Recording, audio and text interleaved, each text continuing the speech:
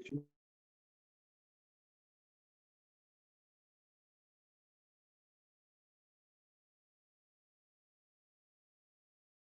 Right. Welcome to the Architectural Site Control Commission meeting for Monday, April the 10th, 2023. I'd just like to confirm with my fellow commissioners that they would like me to continue as chair tonight. All right. Yes. So roll call, please. Commissioner Chung, Here. Commissioner Sill, Commissioner Wilson. Here. All right. We're opening up the public comment section during oral communications. And this is the time when anyone who wants to speak about things that are not on our agenda to speak now.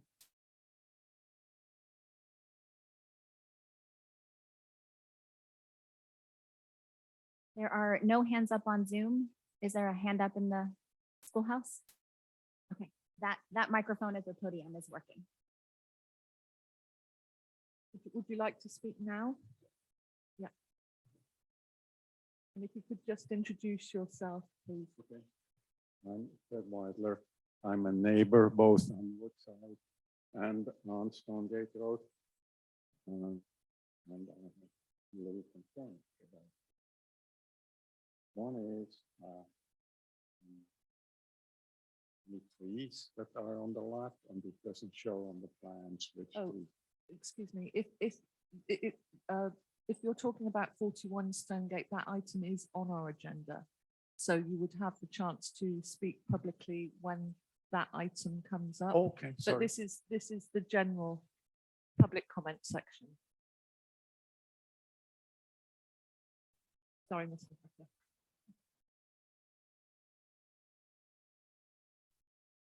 Is there anyone that wishes to speak on something that's not on the agenda? Okay, I do not see any on Zoom.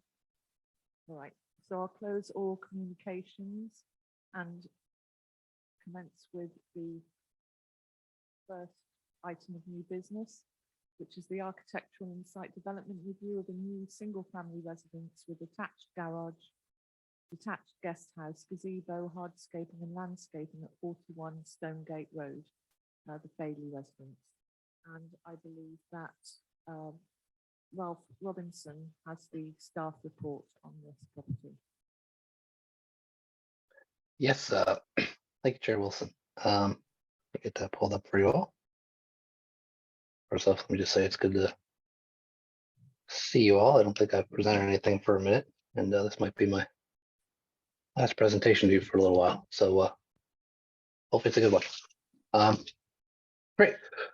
So our project here, 41 Stonegate Road. 41 Stonegate Road, we have an architecture review and site development permit up for a new main residence with an attached garage, detached guest house, gazebo, new driveway, other hardscapes, and landscape improvements.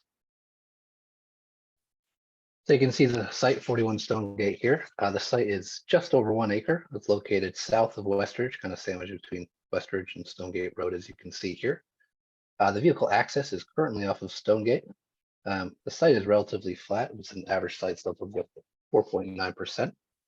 We have an existing 3,155 square foot single-story residence, the attached garage, and a detached 214 square foot storage shed. You can see the existing site plan here. As noted, access is currently off of Stonegate. We're going to get to it in the middle in a moment here. The applicant is proposing to demolish most of the existing structure, build a new one-story single-family residence with a detached one-story guest house. The guest house and some portions of the single-family dwelling are going to be built retaining, again, some portions of that existing residence, both in mind of, preserving material where possible. But again, for purposes of our review, we're treating this as new construction. So as mentioned, we have the existing one-story residence, just over 3,000 square feet. That's going to be replaced with a new single-story residence totaling, 3,000. Oh, that's not our number. Yeah, 4,667 square feet for the single-story dwelling, attached garage, and then we have the detached guest house, just over 800 square feet, as you can see here. And then the other key thing to note about this project, the vehicle access, as you can see here, is being relocated from Stonegate Road to Westridge Drive. Now, the applicant's narrative spoke to the reasons for this, and I've had a chance to discuss with them a fair amount as well. Primary reasons are just accessibility and ease for vehicle access. So for the commissioners who had a chance to get out to the site, you see Stonegate's a pretty narrow drive, and that current driveway is actually shared with a few other neighbors. So for the sake of ease, convenience, as well as potentially access for emergency vehicles, the applicant thinks it's a better approach to switch that access to Westridge. The other important consideration with that is with the change in access, we're also rethinking the setbacks on the property. So instead of taking our front setback from Stonegate, we're going to be taking in this case, our front setback will be taken from Westridge. So the 50-foot front setback here, the current one provided is just over 70 feet for the front of the house. And then our rear setback would be 20 feet. The house itself is, you can see at the bottom, just over 46 feet. So we're pretty close to that, required 50-foot front setback still on Stonegate. But again, normal requirement will be 20. And then also 20 feet from the sides in rear for both the one-story guest house and then this proposed gazebo you can see on the right side of the property here. So here you see, here you can see the proposed floor plan for the main residence. So again, single story, no basement or top story to be concerned with. So we have the garage in front oriented toward Westridge, and then our layout from here. And of course, our detached guest house as well. There was some thought to potentially making this an ADU, but it does fit within the normally allowed AMFA, so no need in this case to designate it as such. And here we're getting to our elevation. So here's the north elevation, our new north elevation facing Westridge. So we have our 3-car garage. You can see the doors here. And our height requirement in this case is going to be 18 feet. The applicant is utilizing the 5% single story bonus that is provided to single story residences. So our maximum height comes in just under that 18-foot limit. Here is the east elevation. So this is facing that current driveway off of Stonegate. So the front door oriented in that direction. And then our south facing the previous front on Stonegate, and then our west elevation facing those neighboring properties to the right side there. You see Georgian style as the architect explained to me, but we'll get into the materials in just a second. But we have stucco for the exterior and then composite slate roofing. Both the color palette, as you can see, it's a natural color palette, and the light reflectivity values meet the town guidelines for 40% for the side and 50% for the trim. And you can see there was a slight adjustment with that proposed siding color to get us under that 40% LRB threshold. So the Cotswold AF 150, as we note in the staff report. And then doors and windows in this sandstone trim color. So also as part of that, so those were the materials for our guest house and our single story residence. We're also going to have this detached gazebo. So open on all sides. This goes under our covered area, so rather than our floor area. And we have the shingle roof, and then also this proposed color of the Dolphin AF 715 with our lower LRV. So a little darker shade proposed for the gazebo. Okay, so impervious surfaces, I did mention we have that 480 square foot gazebo on the right side of the property here. Primarily the rest of this is also the primarily the impervious surfaces to accommodate the driveway and that new access off of Westridge. Although the total driveway area is actually less than what is currently existing. And then the applicant is also adding some space for terraces and patios on both sides of the property, as you can see here, as well as internal pathways. So connecting those lawn areas as well as the gazebo area here, all within the allowed AMIS total, as we can see those here. Landscaping is also within the allowed water usage total. So quick note on this, with the initial submission, we had a higher percentage of the allowed total water usage. I think it was over 80% in the first submittal. So staff suggested they revise this and bring that number down, because I know we typically like to see something below 80. And so you can see they revised it.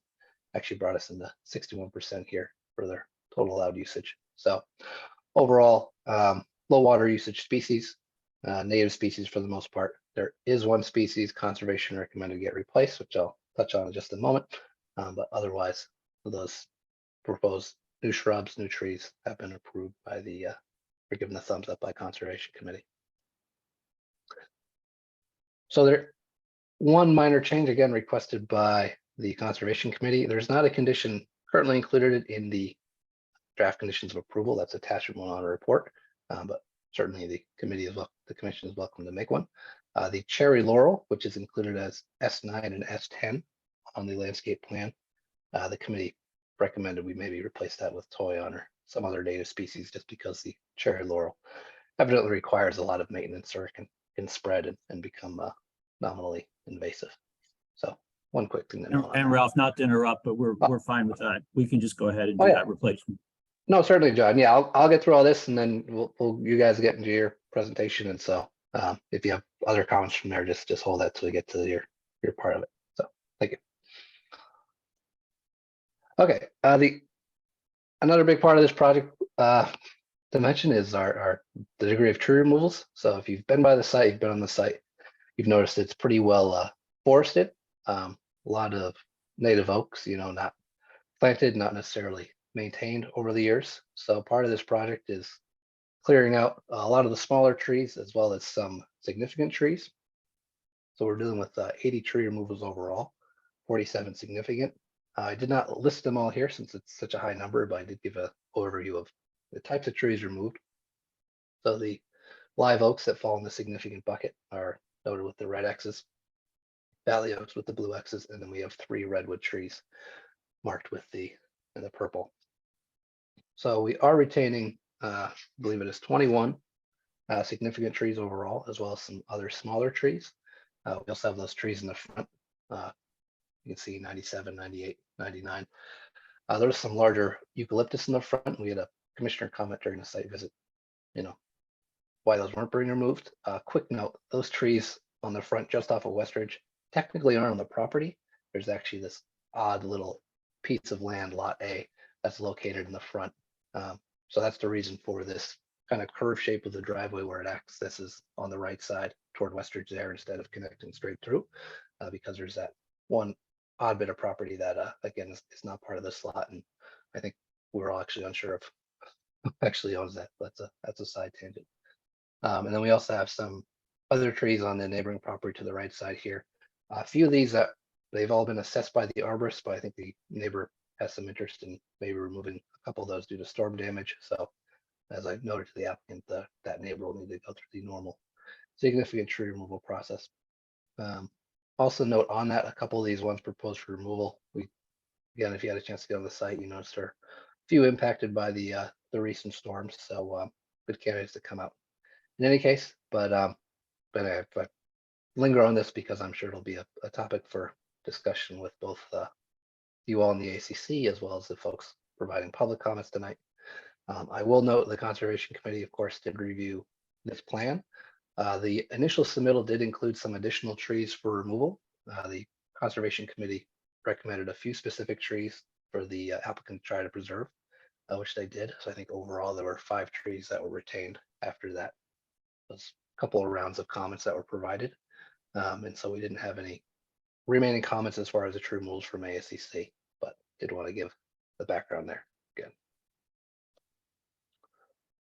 Okay, well, we also have the site development permit, which is subject to ASCC review. So our total subject to ASCC review come out to the 272 cubic yards, mostly to accommodate some fill around the site work and landscaping.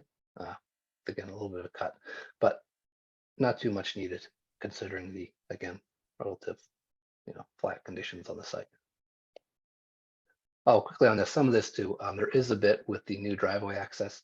A little bit of work there too to accommodate that new driveway access. You might notice there's a little bit of that dip in the front. So quick note there. Another item for discussion here tonight is the amount of exterior lighting. So within the draft conditions of approval, staff is recommending reducing some of these fixtures. You can see it's a pretty high number of fixtures, and considering the size of the site and the number of overall fixtures we typically see approve these projects. Certainly a bit over what we typically see. And so there's a few you can see that come to mind or now if you're thinking of this right side of the property, some of this path lighting that doesn't necessarily lead to structures. I think those are some good candidates for cutting a few of those out. Front of the driveway, maybe reduce a couple of those numbers, and then same thing on our left side and rear of the property. You could again maybe cut that number down. So I think again, we'll leave this for discussion. I don't know if the ACC wants to make recommendations on specific fixtures or just leave it as an item where when the applicant resubmits, we have an ACC member review. But like certainly an item worth bringing up. So the town sent notice on March 31st to neighbors within 300 feet. We received one public comment directly to the town since the packet was published on Friday. So we received that comment today. That was emailed to you all, commissioners. We also received an additional letter of support from neighbors at 126 Stonegate today. The applicant also did their own outreach, and they provided 8 other letters of support, which were included in the packet for this item as attachment 16 of the staff report. Quick procedural thing, Laura, do I need to read in the new public comments to the record, or should I just summarize those? No, you don't need to. They've been made Okay. available to the commissioner. Okay, great. Brief summary of that. So as I said, altogether, we have the 9 comments from neighbors provided by the applicant in support of the project. And then again, we had 1 comment directly to the town. So a couple of things to note from that. They did just ask about the degree of tree removal and whether there are other trees that can be preserved. They asked about just if there could be more clarity on the proposed landscape screening, which I've asked the applicant to touch on tonight, if they're able. And then also there is we'll get into the, oh gosh, did I skip over our fencing? Let me go back to our fencing. I'm realizing I might have accidentally deleted my fencing sheet. So onto our site plan. Apologies on that. You can see it on here. Along the front of the property, we have the only new fencing is a wrought iron gate towards Westridge. And then we have some existing grape stake and wire fencing around the property. So one of those comments was just had to do with potentially removing some of that fencing or refurbishing some of that. So not formally part of these plans now, but I think that's certainly something that the applicant can resolve going forward pretty easily. So great. And the neighbor who provided that comment, Lori, I believe, is on either in this call or she's in the meeting. And I think we have one other meeting here, one other neighbor here, potentially providing comment. Okay, so staff is recommending that the ASCC review these plans and offer any other additional feedback or conditions of approval, but then approve the architectural review and site development permits, subject to the recommended conditions in attachment 1 of the staff report. So I am here for questions. We also have the property owner, John, on the call, as well as Anthony, the project architect. And like I said, a couple neighbors, interested neighbors here as well. So thank you for your time. And through the chair, just one thing for me to add is that this project does have a number of items that we want the ASCC to weigh in on. We have prepared it for approval. If you wish to approve it, you have conditions of approval in front of you. But that's at the discretion of the ASCC. So sometimes we prepare things for a 2-step review. We wanted to give you the conditions in case you wish to approve it, but I just want to remind everyone that that's at the ASCC's discretion. Thank you. All right. Do we have any commission questions for Ralph? Commissioner Chung? Yes, thanks, Ralph, for the presentation. I guess the first is just to confirm the fire department has weighed in on the emergency access question. This is essentially located by the Yes, and they did review the project with the new driveway orientation, and provided all their standard approvals, so no, no, additional concerns or special conditions related to that. Um, and then, do I understand correctly that the Conservation Committee requested 5 trees that were originally slated for removal to be kept, and the applicants responded by keeping them? Yes, so any specific trees the Conservation Committee called out, the applicant kept. So there were kind of 2 comments. There was kind of a general comment about maybe reducing the overall number of tree removes, and then there were some specific trees called out. So those specific trees that were called out were later retained as part of the tree plan. Thank you. I think that's it for me. I guess there was one other thing about the lighting. You mentioned I think you had, and I'm recalling the light reflectance values. It can't be over 40. And your slide with the light reflectance values showed one of the values for the finishes, slightly over 40, then crossed out. And then there was another one that was under 40, but there was one above that was over 40 that was still circled. Is that something that had been replaced already? So that higher value that was circled, so yes, that's the value for the trim. So trim has a higher threshold of it's 50% light reflectivity for trim. So that's just a shade below that 50% threshold. Okay, thanks for that clarification. That's it for me. All right, thank you, Kenny. Commissioner Phil. I don't have any. I just wanted to ask clarification. You said that the eucalyptus on the outside of the property, you don't know who they belong to? Yes, so those are located in on lot A, so I can pull up a survey that's helpful, but they're not actually part of the applicant's property. Right, okay. All right, so we'll hand over to the applicant's presentation. I'm not sure if it's Mr. Chow or Mr. Fadley who's presenting. This is John Fadley. I'll just go ahead and say a few words. I'll try to keep it short. Thank you. And then I guess Anthony, maybe if you have an opportunity or if you want to respond to more technical questions. So just by way of personal background, we purchased 41 Stonegate in 2017 and have been renting it out since then, but always with the intention of eventually doing this remodeling, given that it was built about 60 years ago, and then moving in and occupying it full time, including through retirement.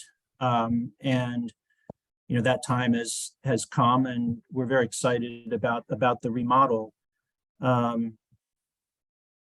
We're generally in the area to look after it, and we'll be very hands-on, certainly in all phases of the project.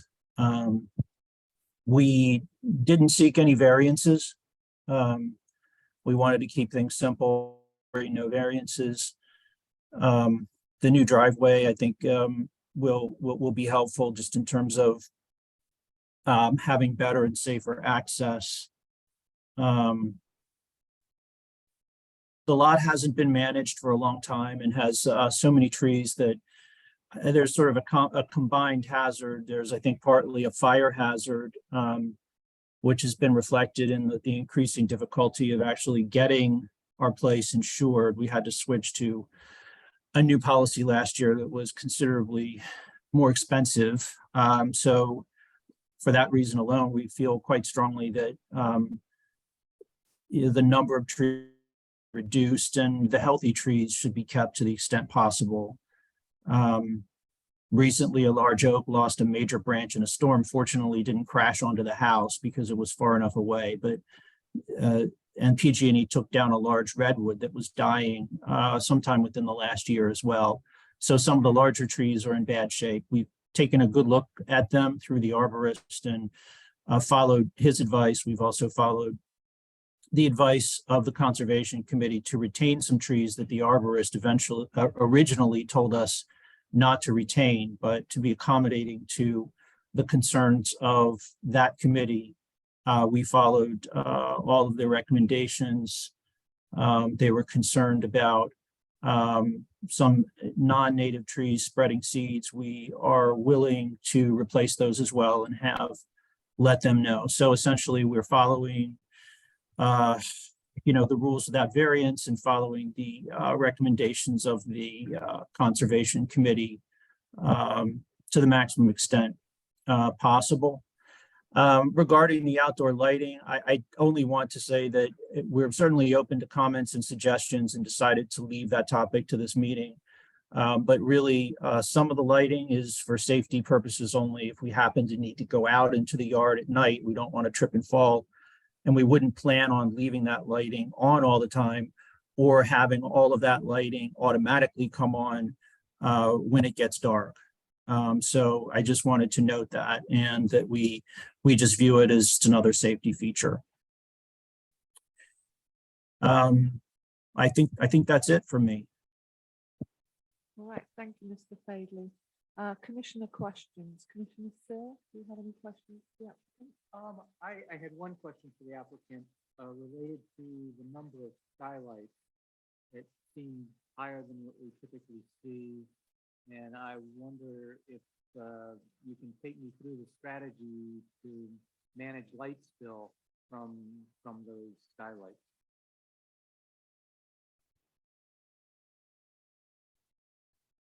Anthony, I don't know if you want to answer the light spill portion of that question. I can only speak to why we wanted to have that many skylights. We're trying to strike a balance between keeping as many larger, healthier trees as is safe, given the fire hazard, and also trying to get some sunlight for solar panels as well as for the house. And we decided to put in more skylights because we felt that because we were retaining more and more trees at the committee, a Conservation Committee's recommendation, we wanted to have the house be bright during the day. And as more trees means, generally a little less sunlight. So we decided to maybe err on the side of having more skylights. So it was really just a strategy to try to retain as many trees while still keeping the house bright. Okay, so have you given thought to having some shading system so that you can essentially block them off in the evening so that there's not light glowing through the roof at night? I mean, I appreciate completely why you would want the light during the day. What we're worried about is the light leaking out of the inside of the house at night and the house essentially just glowing.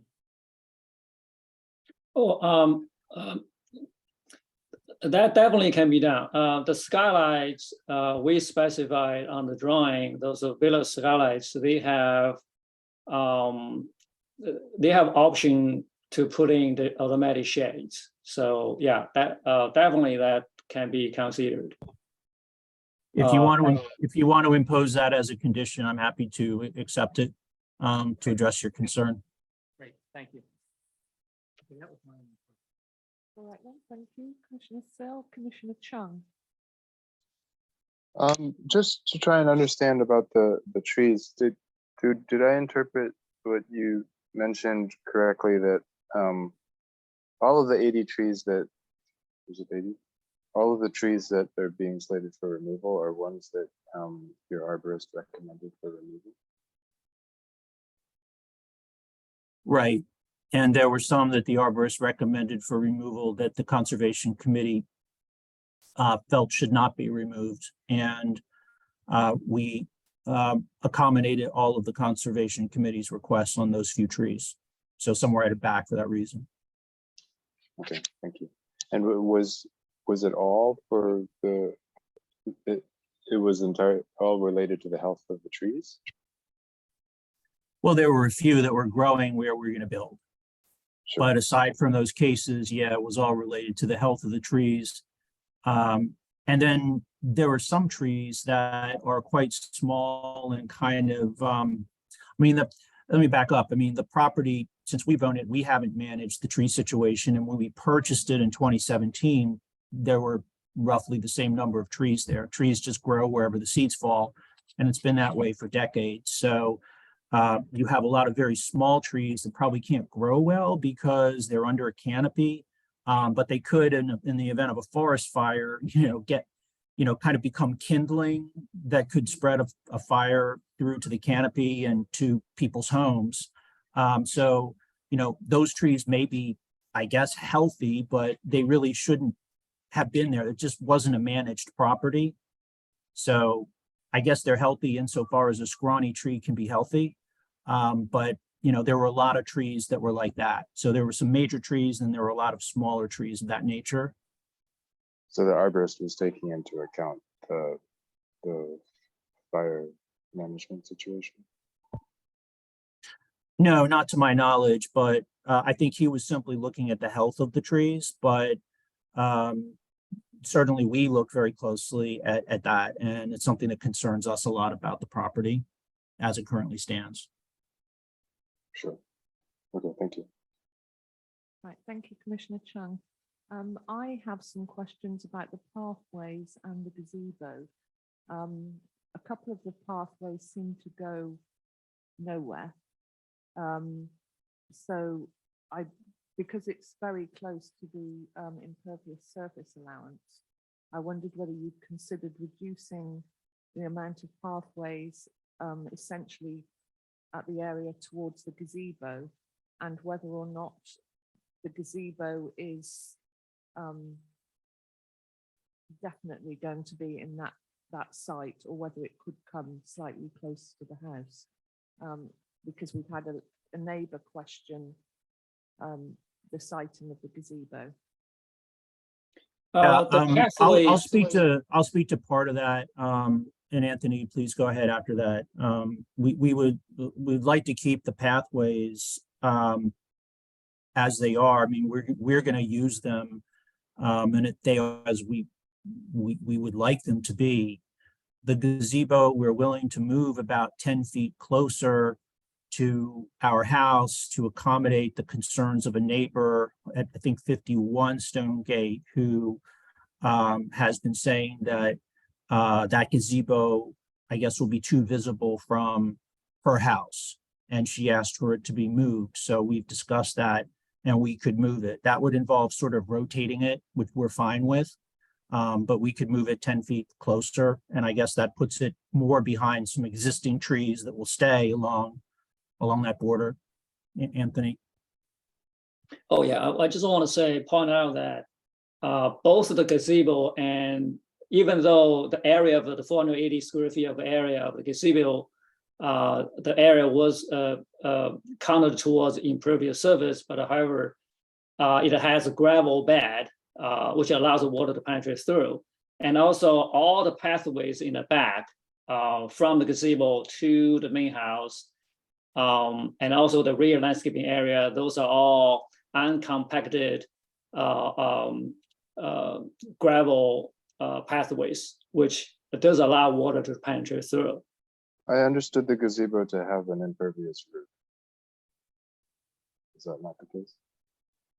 Yes, the area of the gazebo counts towards That the question impervious to surface Commissioner already. Chung. Yeah, I think he's saying, Anthony, that he understands the gazebo itself to be impervious area. the roof itself to be impervious. Oh, the roof, Yes, yeah, that's correct. the roof is impervious. That's right. You're correct. Okay. All right then. All right, so now we go to public comments on this topic. So, Mr. Wagler, this is now your opportunity to speak.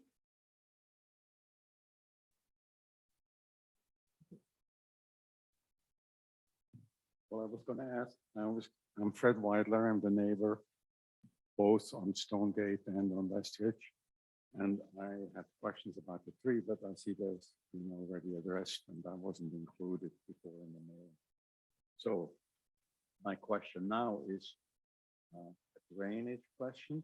because I see on the east side, there is a cinder block wall, maximum 3 foot high.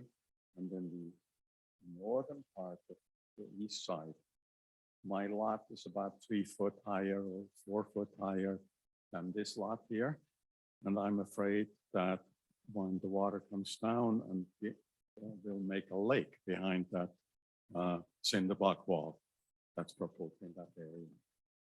Right. That's my main concern. And the other concern is probably also something that has been answered before, and it's the style, because several neighbors I had correspondence with thought it doesn't look very much like Portola Valley. It looks more like a classical house front. And that faces our house, but I'm sure that has been addressed somewhere before. I don't know whether there's any rules addressing that. And the last question is something different again, is the power. It says all the power is going to be underground, but I assume that there's going to be new pole transformers because they're going to have, more floor space and probably electric car outlets. And that means bigger pole transformers, and all the power lines are on my lot. And I have already 4 pole transformers of the high power, and my lot starts to look like a substation of PG&E. And I'm concerned about that. What the plan is from where the power will come in, the underground power to their house, because the power lines are all on my lot. Right. That's a question I have. Okay then. Well, I can answer one question of yours before we hand over to the applicant, and that's the one regarding design. We're not actually allowed to say anything about the design Oh, okay. of a property. I think somebody stated it when they've said before, we're not the design police. Okay. So as long as the properties conform to the regulations, it's basically the applicant's dream home. So that's how that one works. But with regard to the other questions, Mr. Chow or Mr. Fadley, do you have any responses for the public, for Mr. Wegler? Yes. I have to defer to Anthony Chow on those Okay. questions. Yeah. As a civil engineer, a licensed civil engineer, also a licensed architect, I can assure that gentleman just commented about that cinder block wall that's not going to create a lake between the cinder block wall and his property. That wall, the reason why we have to have that wall is because the new driveway is slightly lower than the current finished grade. So that's why we need a cinder block wall to retain the dirt, the soil. So by saying that, that's not going to create a recessed area between the driveway of this property and the neighboring property. Okay. And also regarding the transformers, I think currently the power line, the power feed is from to this property from the other side, from the power pole on the other side of that long driveway between the 41 Stonegate and the side of 51 Stonegate. So it's not from the Westridge side. But finally, how this power, the new power feed or transformer goes, that's depend on the PG&E. The PG&E engineers will do their own designs and figure out where's the best location for the new transformer if there's additional load, electrical load on this property. Okay, thank you. Now, for the first, the second question about the lake, are you sure that the new driveway and area is lower than the existing one? Because I'm concerned both about the public sewer that goes underneath, that provides draining from the Stonegate Road, that may be covered over more higher. And if there's any maintenance requirement, that would be difficult because of that long culvert that goes underneath the existing driveway, all the way out to Stonegate. Was that looked at? The new driveway will be above the existing sewer drain underneath the existing driveway. Okay, so there's the entire new driveway is lower than the current grade. That's why we have those cinder block walls. Okay. Well, thank you for your comments. And I just wanted to build on something that Commissioner Wilson said a second ago. When we are looking at the review of single-family homes, we review against the design guidelines. And the design guidelines don't speak to architectural style. So there's a number of things in the design guidelines that are within the purview of the ASCC, but the particular architectural style is not. So I just wanted to add on to that if you're not new to this kind of process. And I just I'm wanna make sure- happy to spend 30 seconds on the architectural style, just to put something on record for neighborly purposes. Which is that we agree that the Georgian style is not in this particular neighborhood, but within a 2 to 3 minute drive away from our property by car, there's one Georgian style home at 5 Zapata Way. There's another at 485 Cervantes. And our neighborhood is already pretty diverse architecturally. It has, in addition to your typical ranch style home, Spanish Revival, Mediterranean, and also a modern home with a stucco finish. So we think it'll fit in. It's pretty unobtrusive. It's 1 story. It'll be a slightly more facing out towards Westridge if people don't like the style. But we are trying our best to sort of fit in, not be obtrusive, and maybe add a bit to the diversity of the neighborhood while actually being well within the bounds of what Portola Valley generally sees. So Brad, I don't know if that helps, but that's just our perspective on the architectural style, even though it's outside of this committee's purview. Thanks. Thank you. Right, so I'll take, we don't have any more comments from the public, do we? We do.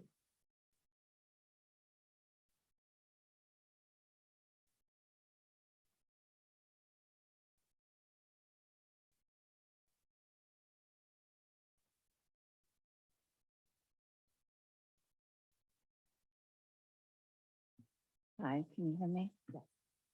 I'm Lori Barber and we live at 51 Stonegate. I did submit comments in writing and I won't belabor them, but we've lived at 51 since 2008. Our boys were little kids when we moved in and they're close to graduating college now, so we've been there a while.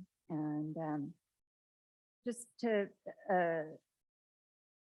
emphasize that we are not opposed to the Fableys doing a new house or a guest house. Our areas of concern are pretty specific and pretty limited. And thank you, by the way, on the gazebo. I think that will be helpful for it to move a bit away from that corner that impacts our house. I had one question on the lights on the gazebo. I'm hoping those also are just either motion triggered or turned on when you're actually using the gazebo at night, as opposed to some kind of automatic lighting. And I can either take my answer or just finish my comments. Okay. Sure, Laurie. I think motion triggered would be fine. Yeah, if that's okay with you. All right. Sure. I believe we will be discussing lighting when Right. it comes to commissioner comments as well. Okay, okay. My other concern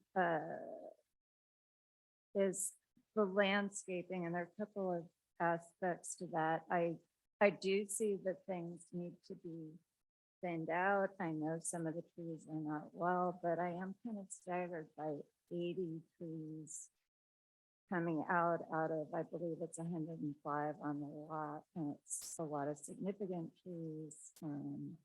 So if there are any healthy trees that can be preserved, it's a pretty woodsy neighborhood, so I don't think there's a balance there, but that's a lot of trees.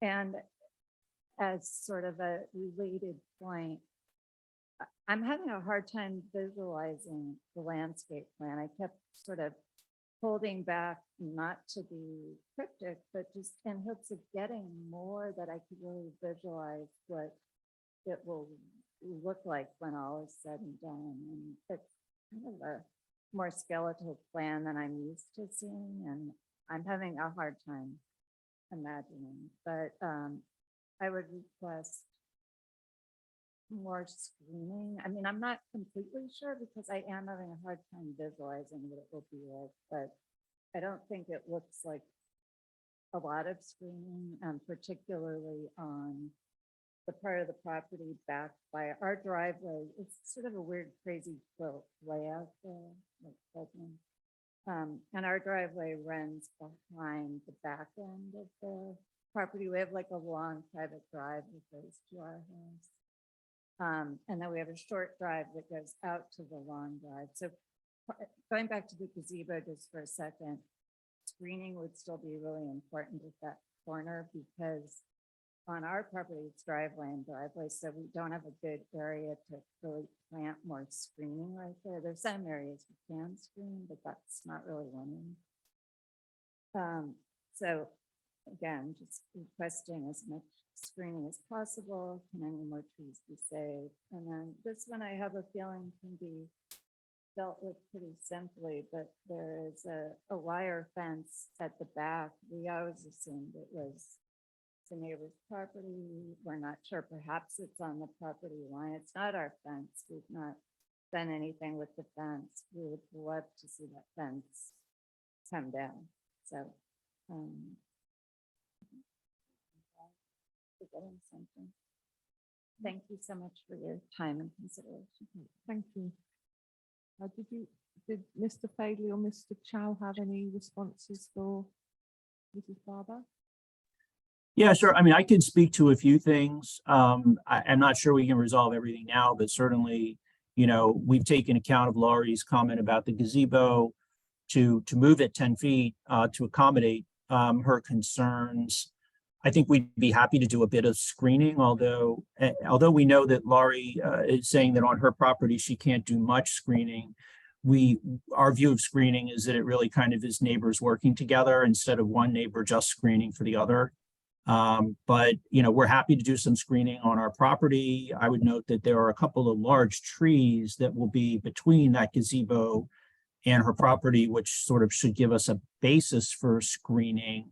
And I'd also note my concern about fire safety, both in that regard and also regarding just the general comment is, can we keep even more trees? That is something that we defer to the experts on. That is the arborist and the conservation committee, and we've followed all of their recommendations, and we've already erred on the side of keeping more trees by agreeing to all of the conservation committee's requested tree preservation. Again, we have really a concern about both fire hazard and frankly insurability of the property. We recognize that it's woodsy, but a few notes. First of all, 55 Stone Gate behind us, has a front yard that doesn't really have many trees on it. We're keeping many more trees than were kept on that property. And secondly, the degree of fire hazard has really gone up in recent times. So for someone who lived in this neighborhood a while back when forest fires were not as much of a focus, both for safety concerns and insurability, things have changed, and we are very concerned. We don't want to kind of build a place that would actually put us at risk in any way. That's, fundamental, the safety of humans. As for the wire fence, I think we have given to Laurie a survey that shows that fence is actually, on the property line. We didn't install it. We inherited it. We haven't really made any statements to anyone about whether it's ours or someone else's. I think we took it down, or a section of it down briefly, when we had to remove a tree that was damaged, and then just put it back up. My proposal would be to follow the Good Neighbor Fence Act later on if we want to do anything with that fence. It's not it's not something that we want to really deal with at this point in the project, so we've left it out of the project, but I'm sure that, Laurie, we could find some way to, mutually agree on where to put the fence, any cost sharing, et cetera, and would just go based on the Good Neighbor Act. Right, thank you, Mr. Fadley. And also, if I may share Would my you like to go up screen, because we need to record it into the meeting, please.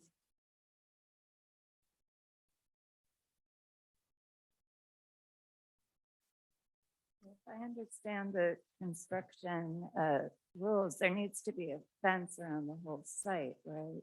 I just don't understand any reason to keep, by which I brought photos with me. I think the Conservation Committee noticed the fence and initially hoped it would come down, and I just don't see, I mean, it's just a wire fence. I don't see a good reason for it to be there. It's rusted out, and wouldn't this be a handy time to just get it out of there? I think the whole site needs to be fenced, right, for construction. I'm sure that's the case. Well, you wouldn't necessarily fence the whole site if you didn't have to. Sometimes in town, they'll only fence portions of the site where the construction is happening, or the construction fence may move at different times. So it does vary sometimes a little bit. But in general, I mean, the sites I've seen in town look pretty fenced in.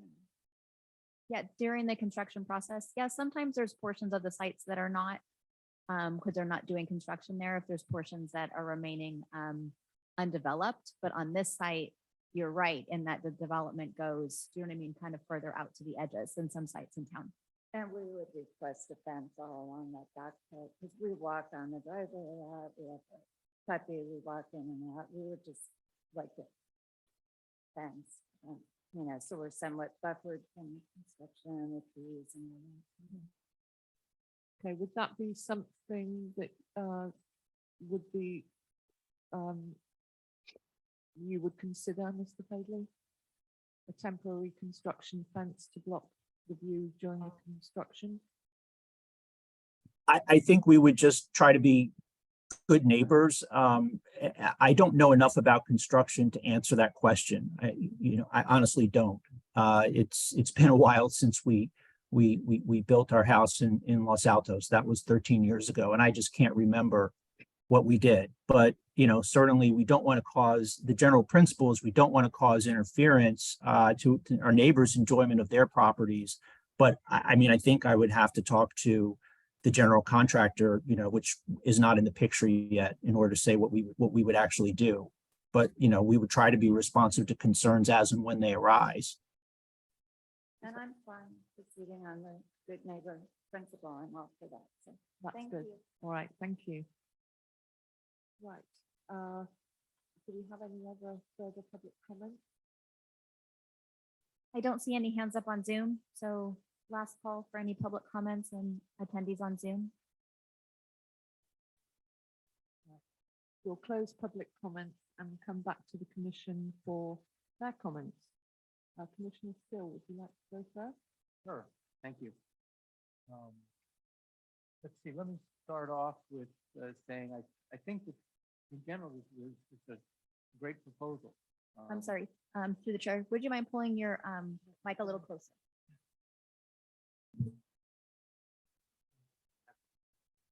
I know, I'm sorry. Okay, is that better? Not yet. A little more. Oh, come on, right in That's front? probably good. Exactly. Sorry, Okay, it's the system we have. all right. Okay, so I want to start off with, I think this is a great proposal. I think that it's clear that the property currently or historically has been kind of neglected, and this is going to be a big improvement for the neighborhood. I think that, while it might not be my favorite architectural style, that's not what we're here to really evaluate. And I think that in general, it's going to be a big plus. I like the idea of switching the driveway around. I mean, that makes a lot of sense. I think that the idea to clean up the trees is appropriate. You know, normally talking about taking down this many trees, I would say, wow, that's hard to stomach. But in this case, I think it's the right thing to do. And I think that what you're going to be left with is a much tidier lot with a lot of healthy trees. And, you know, a few years down the road, people will say, gee, I can't believe we ever had this awful thing in the past. I think that it's going to be a big improvement. I appreciate that it's only a single-story house. I think that's going to help it blend into the neighborhood. Keeping a house below 18 feet is rare, and I think it's great that you've managed to come up with a design that keeps the height down at that level. I am concerned about the skylights and the number of them. So the idea of having an automatic shading system would be very appealing to me. I think that there's just too many skylights to not have that. I think that the house would sort of glow in the evening. Let's see, I think that the landscape plan that has been proposed is pretty good. I think you've done a good job managing water. That's always great to see. I do have a few minor quibbles. I think that it is important to replace the cherry laurel with the toyon or some other native. I actually am uncomfortable with the proposed Nandina along the driveway on the southeast edge of the property. I don't think that fits in Foothills Valley at all. And just the plantings along that neighbor's driveway are a little bit hedgy to me. So I'd like to see a few other native shrubs just plugged in there and plugged in kind of a natural group approach rather than in a hedge-like approach. So that there's a little bit more screening for the people on that driveway, and you won't see the driveway as much, but it certainly wouldn't be a hedge. And, you know, the kind of plants I'm thinking of are like toyon or lemonade berry or native holly cherry. You know, there's a number of plants that are good screening shrubs that I don't think will have a fire risk, and they just blend in because they're all over the place here. Let's see, I think the idea of moving the gazebo a little bit is great. You know, a few feet, if that impacts the neighbor's view, I think that's great. I think that it's important for the gazebo lights to be on a timer. And you already mentioned that that'd be okay with you. I think that the only time the gazebo is going to be objectionable is if it's just sitting there brightly lit. And so if it's only lit when being used, I think that's appropriate. I do think that there's the proposed lighting is too much. Typically, we don't approve any lights along gates, and this one has lighting along gates. We typically don't approve any lighting along driveways because cars all have headlights, and there's not really any reason to light up a driveway either. So I don't like to see those lights at all. And there are paths that don't seem to go anywhere that are still lit up. So I don't see the point of those lights either. So I would like to see kind of a revised lighting plan.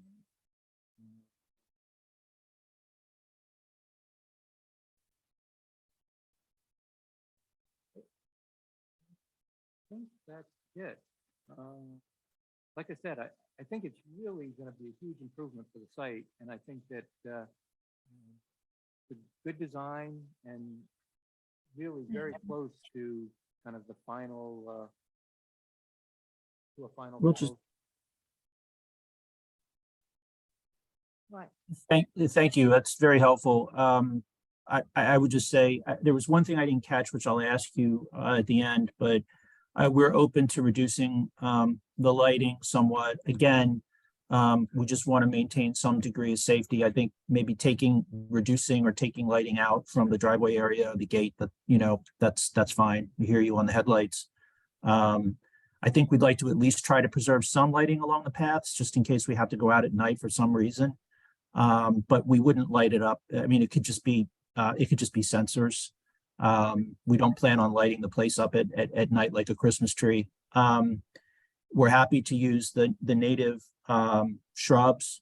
Not a problem. We'll give you a revised plan for that. The one thing I didn't catch was there was a particular variety of tree that you said didn't make sense somewhere. I couldn't catch that. Oh, the Nandina, it's got another name. I couldn't work out which one it is. It's, let me see, it's called something else in the plan. So take me a second to find it.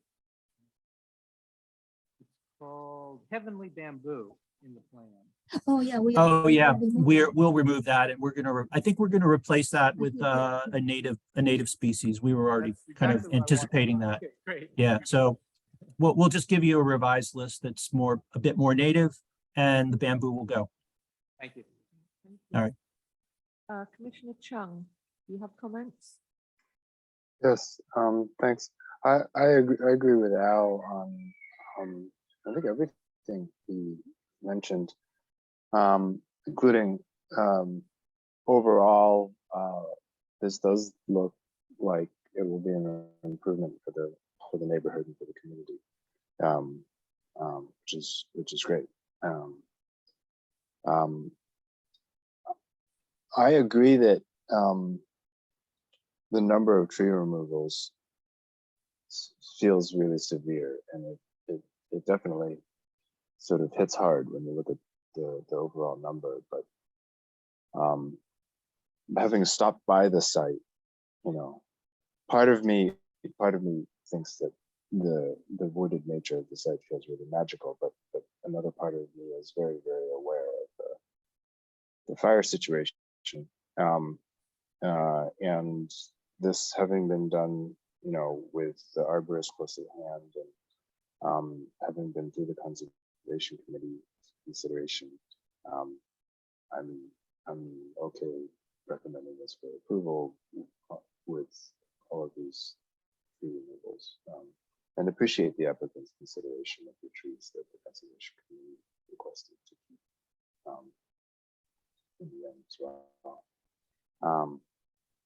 Regarding the, You're fading, Kenny. I'm sorry.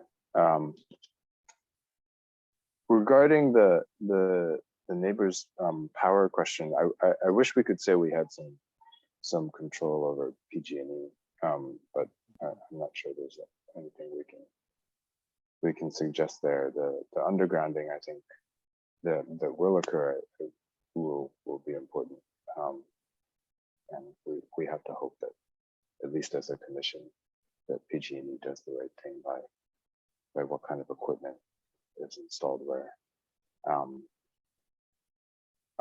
And the overall I think that the applicant seems willing to consider the neighbors' concerns, which is appreciated, with regard to things including moving the gazebo another 10 feet, for instance. And I think, given that there isn't an ask for variances, including for the gazebo, I think we can leave that to the applicant, to trust the applicant on issues like that. And so my inclination is to approve this with conditions that have been mentioned, around Hal's concern about the skylights with the automatic shades. I have those automatic shades on Velux skylights. They're actually great. They're a really nice thing to have, not just for what they do for the effect of the house on helping out with keeping dark skies, but for the side of the house. I agree with Al that the exterior lighting is really outside of what we really ever approve. And so I appreciate the applicant's willingness to come back with a plan that really looks at what's required for safety purposes, because so many people value the ability to see stars from town. And I guess there's some nuances there in terms of the lights, motion triggered lights aimed at large areas around something like a gazebo. I'm not sure actually is what we want, because wildlife will trigger them and it's actually more disruptive. And so I think the timer that Al was mentioning is the type of timer is one where you can easily switch it on and it automatically turns off. And it can have a motion sensor to prevent it from turning off if people are still around. But the idea is to avoid getting triggered by wildlife and to avoid it being left on. And the technology is well beyond where it needs to be be able to achieve that. So I don't think it's a big ask. And then I guess we would add a condition to replace the trees S9 and S10 with the native species, as mentioned earlier on. And that's something that the applicant has mentioned, that they're comfortable with beyond just those two trees, looking more at native species. And so that's appreciated. So that's all I have. Thanks, Kenny. All those conditions are fine, including your sort of addendum on the lighting. We'll come back to the commission with something that we hope satisfies all of your concerns. Thank you. Thank you, Commissioner Chung and Mr. Fagley. Right, well, my comments are similar to Commissioner Chung and Commissioner Sills. However, I would like the landscaping plan to come back for approval with one conservation member and one ASCC member, because I noticed that only one of the 10 trees that was proposed to be planted is native, and only 5 of the 17 shrubs are native. And in fact, 4 of the shrubs that are going to be planted, that were scheduled for planting, are toxic to humans and animals, being the bamboo, the laurel, and the sweet pea. And I've got personal experience of the sweet pea because my sister had to have her stomach pumped. So that one is definitely not good for children, and it's a tempting one for them. I agree about the skylights and the automatic shades. I appreciate the fact that you're going to move the gazebo to allay the fears of the neighbours, and that you're going to work on the fence situation and screening with the neighbours. So I think I like the colour schemes and I like the design, and I also appreciate the fact it's single story. With regard to the lighting, I think that I think we'd like to see the lighting plan come back with a reduction. So essentially the building property is fine, and then the landscape and the lighting come back along with the other conditions mentioned. So with that, I think I'm ready for someone to make a motion. Let me give it a shot, and if I miss anything, something correct me. So I move that we approve the project with additional conditions, including the gazebo being moved closer to the house by 10 feet, that we have an updated landscaping plan to be reviewed by one member of the ASCC and one member of the Conservation Committee, that we get an updated lighting plan to be reviewed by one member of the ASCC, and that we have a automatic shading system for the numerous skylight.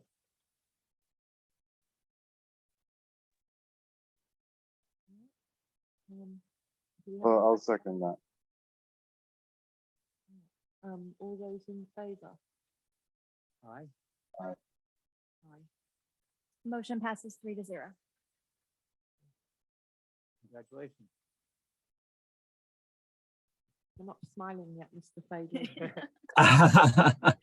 Thank you so much. We were, sorry, I was taking notes on the conditions. I was too busy to doing that to smile.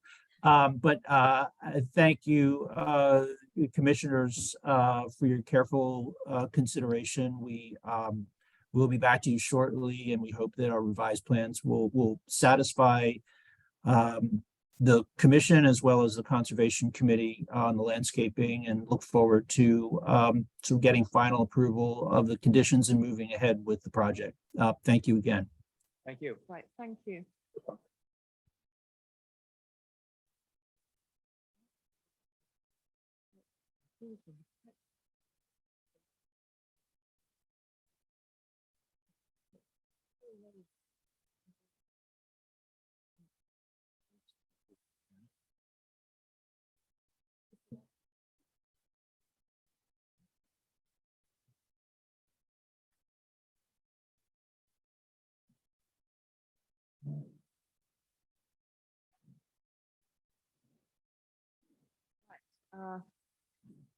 Okay, so we will now move on to the second item on our agenda,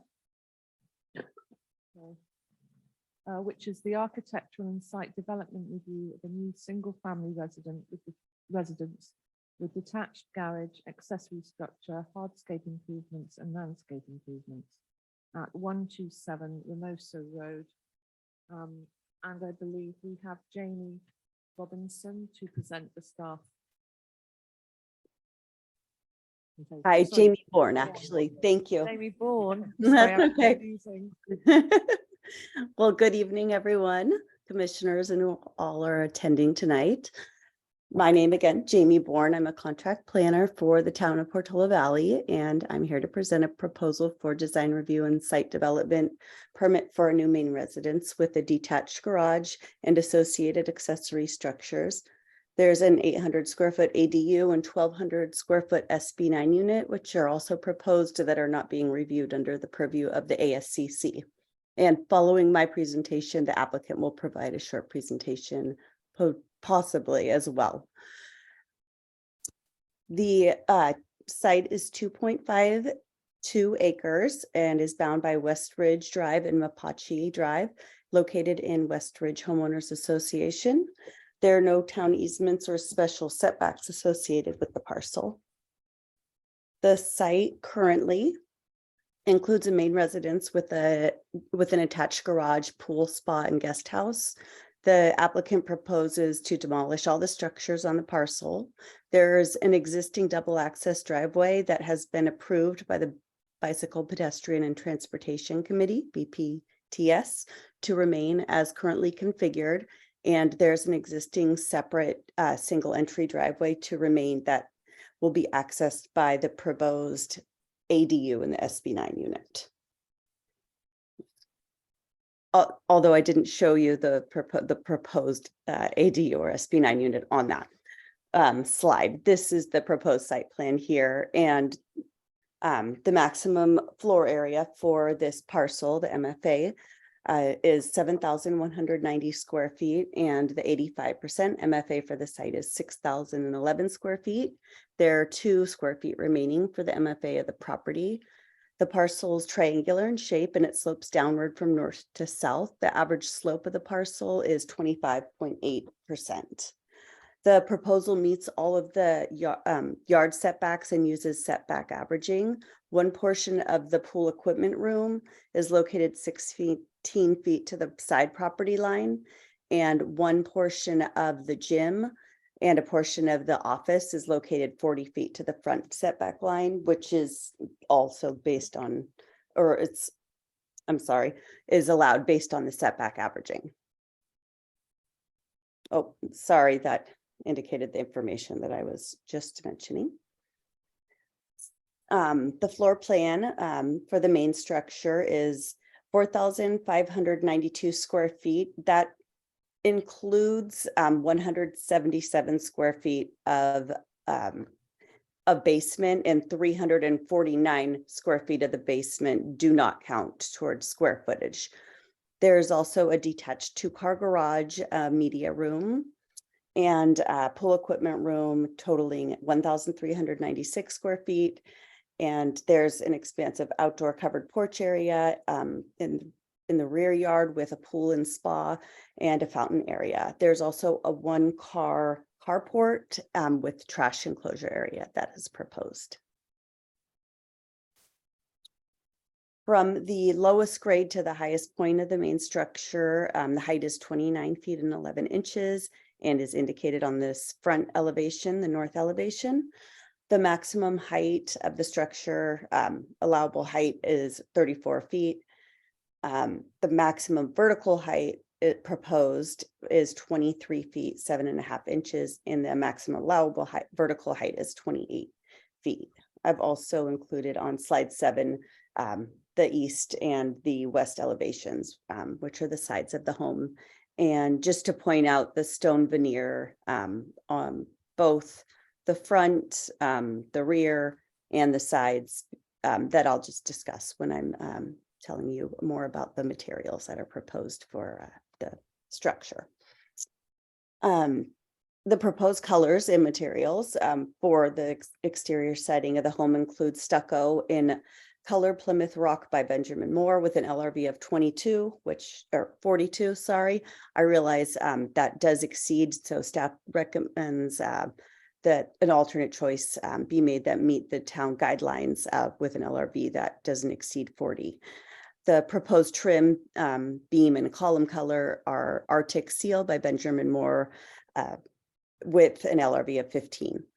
The stone veneer that is proposed is a natural color palette called Chief Cliff and is shown, as I have mentioned, on the 2 previous slides. There are 3 skylights and a gable style roof to be constructed of Class A standing seam metal in Kynar Cool Dark Bronze, which is indicated up on the left here in the color and materials board. As part of the staff report, I indicated that there were no skylights proposed, which was incorrect. I apologize. And attachment 6 of this staff report, the color or the roof plan in attachment 6 does indicate those skylights. So the plans are correct. It was just an oversight on my behalf. Let's see here. The applicant also, the applicant is proposing 3,592 square feet of paving, stone, and steps that are associated with the front entry and the rear porch areas. There's 879 square feet of pool, spa, and fountain area proposed, as well as a total of 6,489 square feet of driveway area, which is already existing with a bit of an expansion at the main entry into the garage. The total proposed impervious surface area for the project is, sorry, let me back up. The carport that is also proposed will count toward impervious surface, and the applicant will provide the square footage as part of their presentation, and that square footage will need to be added to the impervious surface area. That wasn't indicated. I didn't get those numbers in time. So the total proposed impervious surface area is 10,952 square feet plus the carport square footage. The maximum allowable impervious surface area for the parcel is 12,002 square feet. So we'll make sure that that, of course, complies as part of the project. Landscaping, the plans indicate a total of 21,685 square feet of proposed landscaping. The plans include 2 planting plans, and it is unclear what is being proposed. The Conservation Committee requested that the correct key for the plantings be provided as part of the initial comments, and planning staff requested clarification. So what I've done at this point in time is just added a condition of approval that at the time of building permit submittal, a revised landscape plans are provided and be reviewed to the satisfaction of an ASCC member and a Conservation Committee member. And happy to get input, of course, during this presentation and meeting. The maximum applied water allowance of annual applied water for the project proposal landscape area is 196,402 gallons per year, with an estimated total water use of 166,857 gallons per year for the landscaped areas. The estimated adjustment factor, the ETAF, is 52%, which complies with the maximum ETAF for residential landscape areas, which must be below 55%. With respect to fencing, proposed fencing, well, includes, that's kind of a retention of the existing fencing, as well as the addition of a 6-foot wood wire fence that I've indicated in this yellow color, with gate that will connect to the existing fence along the side yard. A separate 6-foot wood wire mesh fence surround with 2 gates is also proposed in this other area here. And that is located between the main structure and one ADU, the 1,200 square foot SB9 ADU. One wood wire fence is located at the southeast corner of the parcel, and that fence does not conform to the current code standards. The non-conforming fencing is highlighted, as I indicated, in red, and that the areas in red are 7 feet tall, and then there's the 5-foot tall section along the perimeter of the parcel. So, as I mentioned, the current code requirements indicate, well, the current code requirements indicate that fence heights shall not exceed 4 feet in front yards, 6 feet inside and rear yards, and 4 feet inside yards along road rights of way. The tree inventory contained as one of the attachments indicates 130 total trees on site. Approval to remove 6 significant trees associated with the project was approved. First, on August 21st, 2022, 2 coast redwood trees and 1 coast live oak were approved. And on December 13th of 22, the applicant received approval for 2 additional coast live oaks. There's 1 blue oak listed as tree number 78 on the tree inventory that the applicant indicated has been removed, although it appears a tree removal permit was not approved at this point in time. 13 non-significant trees have also been removed that are associated with the project proposal. The Conservation Committee visited the site on July 30th of 2022 and recommended reducing the amount of redwoods due to drought, removal of a hedge of overgrown junipers, and removal of several pines due to fire hazard. The request is that the applicant address during comments as part of their presentation and or as part of conditions in the future, whatever is recommended. Soil movement associated with the site development of the project includes approximately 490 cubic yards of cut and 505 cubic yards of fill. The total amount of soil movement subject to the site development permit is 605 cubic yards and primarily associated with grading necessary to accommodate the new residence, garage, accessory structures, pool, spa, drainage improvements, the ADU, and the SB9 unit. The amount of cut and fill may be reduced as a result of the BPTS committee's condition to allow the retention of the existing double access driveway in the same location rather than the initial proposal, which was to move one of the entrances of the drive 30 feet to the north. The proposed exterior lighting plan contains a good amount of lighting. There are 32 low profile wall lights. Of those, 7 are associated with the SB9 unit and 4 are associated with the 800 square foot state exemption ADU.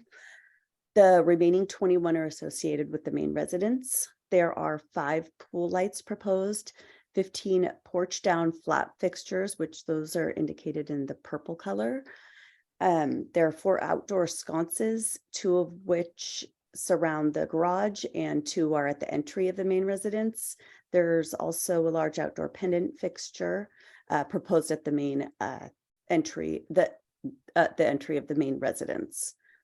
Landscape and movement through paths of the parcel include 31 path lights on the plans. The quantity on the lightscaping legend, however, indicates 18 path lights. So I am requesting that the applicant clarify the proposal during their presentation.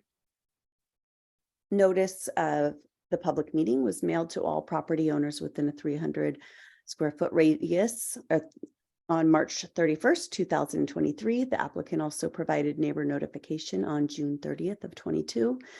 No comments no neighbor comments were received or public comments as a result of the public mailing. Staff is recommending that the ASCC review the plans and staff report, offer feedback or additional conditions of approval, and consider approval of the architectural review and site development permit subject to the recommended conditions in attachment 1. Thank you, Jamie.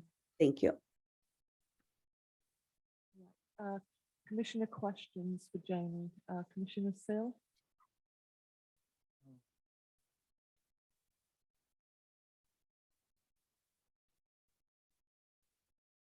I don't have any questions.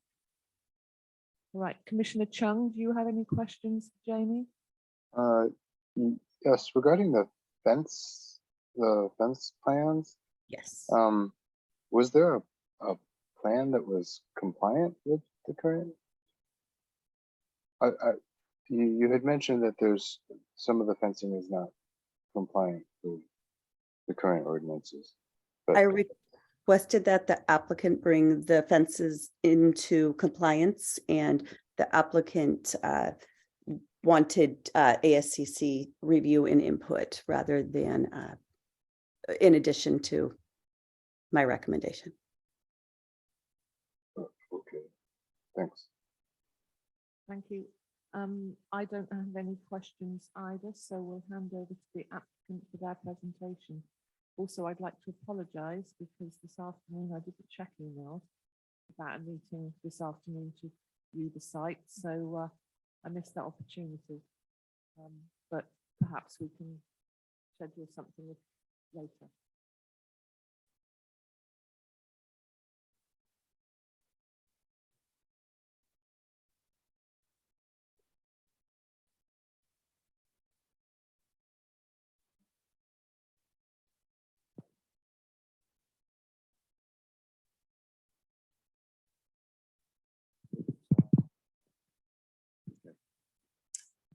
Thank you very much. I'm Carter War, project architect. I've got with me Bob Cleaver, the landscape architect, and Astro and Danielle, Teller. And I'd like them to actually tell you why they want to build this house.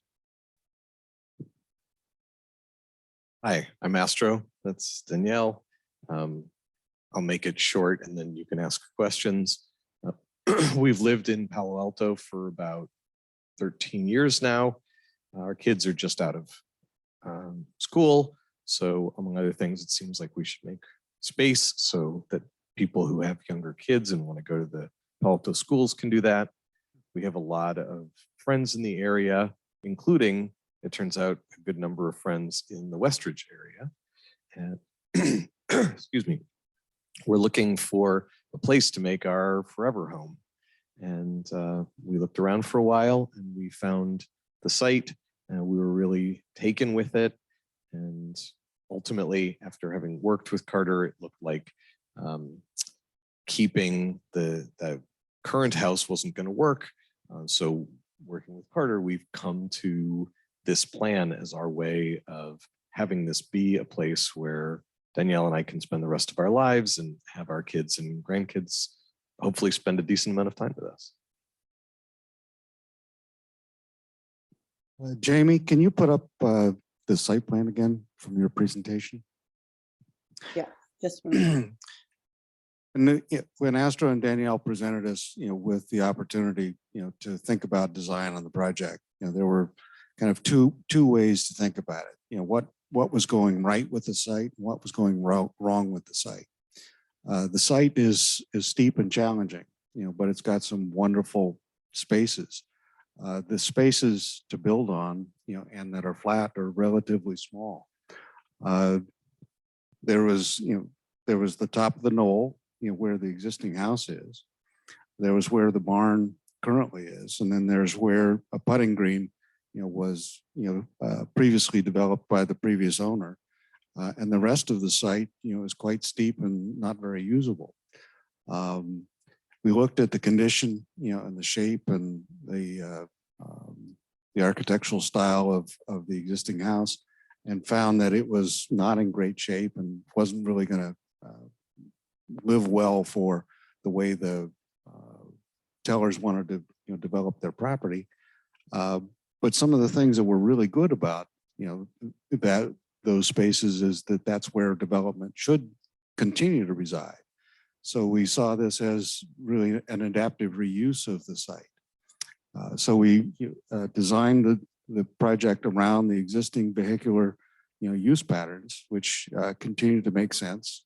And we've been able to work through the traffic safety committee to end up with an approval for that. The house is a little bit taller, but still remains one story. There's a little bit of basement that pokes out on on the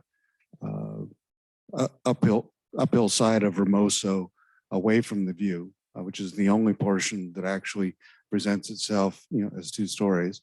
But what we were trying to do then with the design is shift the building to a more north, south, east, west direction, so that the house could more fully take advantage of the solar access that was there, and then to preserve the trees on the view side of the property, looking out towards the Western Hills and Windy Hill.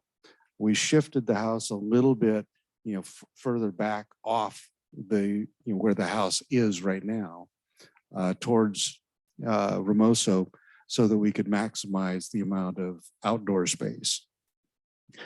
And the ADUs, which I know aren't a part of this design review, only made sense on those 2 other flat spots, which provided the tellers with the opportunity to have a very, very private home, but still have great space, outdoor space and indoor space with a great room, and then the bedroom spaces in the ADUs.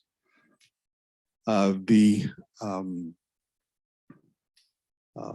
architectural style is intended to be very much more in keeping with a more ranch style home with kind of a contemporary flair. The main room, which is 22 by 65, is the heart of the home. It has upper clerestory windows to collect the light on 3 sides of that room, and then shading on those sides. I did make an error, Al, when you were on site, when you asked about skylights. I'd forgotten about the 3 skylights in the flat roof section that are providing lighting into the hallway. Jamie, could you show us the floor plan? Yes. So that there's a a corridor plan in an L shape around that great room, which has a flat ceiling and is intended to that roof is low enough that then I have the clerestory windows all the way around on the great room, and those those 3 skylights are low and behind, so they wouldn't be visible from offsite. You can see on the plan right here, 1, 2, 3. Yeah, there's actually 4. There's one around the corner at the end of the gable. Okay, right here. Right there. Yeah, that one's tucked in into a channel that comes down through that roof into the master corridor. Overall, the plan is to create the forever home for Astro and Danielle, to reduce the impervious surface. The current site has about 16,000 square feet of impervious surface. To answer the question that Jamie presented, is the carport will actually extend the impervious surface about another 300 square feet beyond what is actually, represented in those numbers. So that would still, put the impervious surface below, the 12,000 square foot limit, which always seems like a lot, but when you add all of the driveways, it ends up being, quite a bit. The solar system is intended to provide, for the power of the building, but we will be, applying for an exception to have, gas to the building, for cooking, and for the fire features, and for the barbecue. Those are three things that really need to be, gas powered. But the photovoltaic system, as it's currently sized, should be able to provide, the backup power, and also for the power that the building is actually going to use.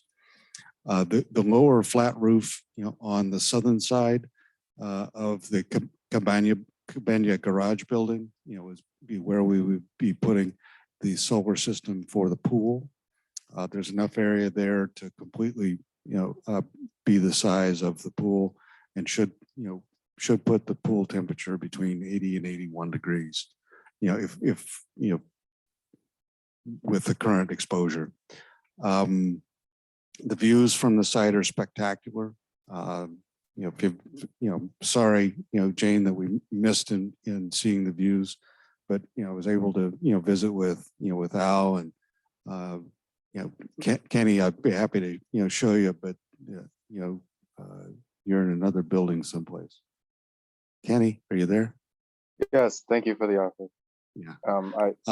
But Bob is going to talk about the trees and the landscaping, but one of the big things that was clear when we came to the site was there were a lot of non-native trees, and a lot of conifer trees that were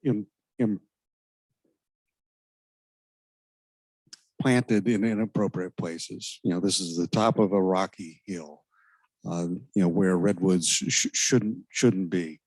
And as we turned off the water, it became even more clear, that those trees were inappropriate. So we went through a pretty detailed process that, Bob is going to talk about, with the arborist, and the tree removal, because there is one tree, heritage tree that, hasn't been removed yet, as Jamie talked about, which is down, where we're proposing the orchard, which was a blue oak.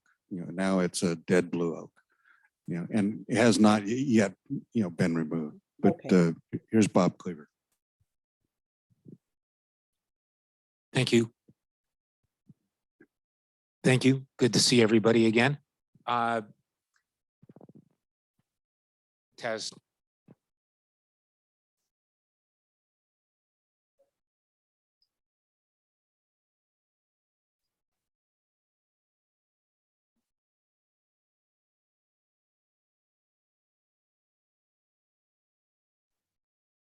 We lost audio.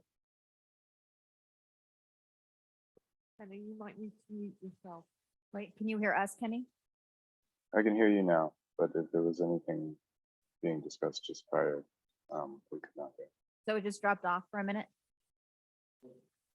Yeah, well, we can't hear it. This landscaping chart is being addressed right now. And maybe there's a problem with the microphone. Okay, can I ask you to go to the podium instead, Bob? Because we know that one's working. Yeah, would you mind, please? It's just been ongoing mic challenges lately. We just have to be adaptable. I'm sorry. Working now. Yes, thank you. Kenny, was there anything in particular? Should I just proceed? Yes, anything I think maybe you said into that microphone, we did not hear. All we heard was you introduce yourself, Bob. That's correct. Okay. Bob Cleaver, landscape architect. Great to see everybody. Okay. A lot of trees on site. A lot of them are in incredible condition given the fact that the site has not been managed for many, many years. the focus that we've taken is to really care and take a look at the trees as close to the development area of the main house as we could. And that's where we focused our initial work. We started our reviews in the drought. We focused our work on the trees during the drought. And I will say that being on site today, we saw the fruit, if you will, of that work, because the oaks that were cleaned and pruned and addressed and groomed are looking absolutely spectacular. They are in incredible condition. Couple that with the fact that we caught a beetle infestation that attacked two of the large oaks up near the house and removed the trees and the beetles as quickly as possible, and then address the system with an irrigation system to supplement water. Thankfully, it was employed before the rain. And I guess maybe it's just the fact that nature is in charge and supplied the rain that we needed to help the trees really respond. The landscape plan. We will certainly address any conditions that the town feels and that Jamie wants us to deal with. But to give you a quick overview, the trees and screen shrubs are all shown as, if you will, circles with colors. They're identified in the lower planting plan list. The planting plan or the plant list above is color coded. And it was color coded for area to not try to provide a drawing with every plant going in each location, but try to zone it with intent. So the colors have a identifying description, and then the plant list that are shrubs below the color bars are the plants that occupy the area in the color zones. And so it was an intent to show on a very high level what areas are being planted. And by referencing the colors, you could determine whether it was a high priority or a low priority, or what the scheme of the planting was, without having a degree in botany or horticulture and understanding what each plant does. So that was the goal of the plan, but we will adjust it. To be honest, with the planting plan going to the permit level, we will refine it a lot more. I guess I can address two other things real quickly. The pool is replacing the existing pool in about the same location, adhering to a lot of what the development of the project was, how buildings, replacing buildings. The fencing, we've inherited it and we are maintaining it. The fencing has left a open clearance for wildlife from the driveway to the northwest, all the way around to the driveway on the far south.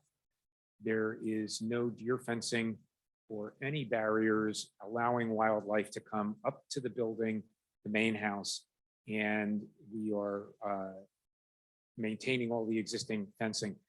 The existing fence that's possibly seems the most egregious, shown in red on Jamie's plan, closest to the road, is actually 3 feet lower than the road surface itself. And with the existing plant material in there, I wouldn't say it's invisible, but you would have to stop and sort of look down to find the fence.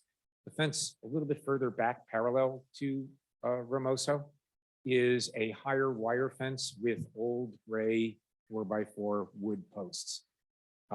Lost again in the oaks, the majority of the oaks that are on the plan.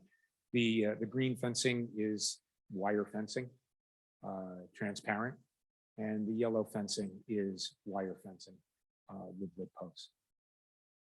Yeah, with wood posts. So the intent here was to keep it open, maintain a lot of the, if you will, a natural quality along Ramoso. The planting provides the privacy and the separation. happy to answer any questions. And I'll fill in a couple blanks. The overall landscape, intent, is to landscape the areas close to the house. And, really renaturalize, much of the rest of the property, so that, we would lose, the hedge-like appearance, alongside the driveway in front of the house. And then, renaturalize the golf course site, down below the house, into, kind of an oak woodland, and really more pasture land, grassland. The septic system, is below the house, which is down close to the fence.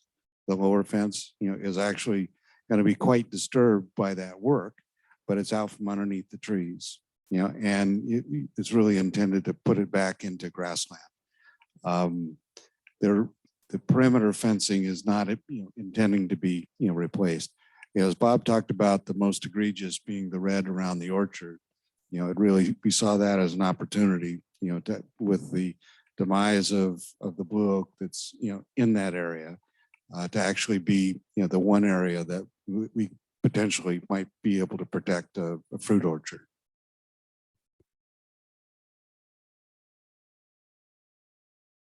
And we can answer your questions, or I can keep talking and use up everybody's time. So I'm just curious, if we go back to that fence plan, is any of that new fencing being proposed now? The yellow is new fencing. The yellow is new. The yellow is the only new fencing, and there's some errors in the, in the green lines. There's actually, the upper green line closest to the house is going to connect, currently connects over to where the yellow is around the vegetable garden off the master suite. And then Astro was reminding me that we just added 2 small skylights over the master bathroom. And Jamie, if you could take us to the roof plan. There, on the right edge of the drawing, there's a up to right there. There's a little gable there. There would be 2 small, like 2 foot by 3 foot skylights, to actually, light down into the center of that room.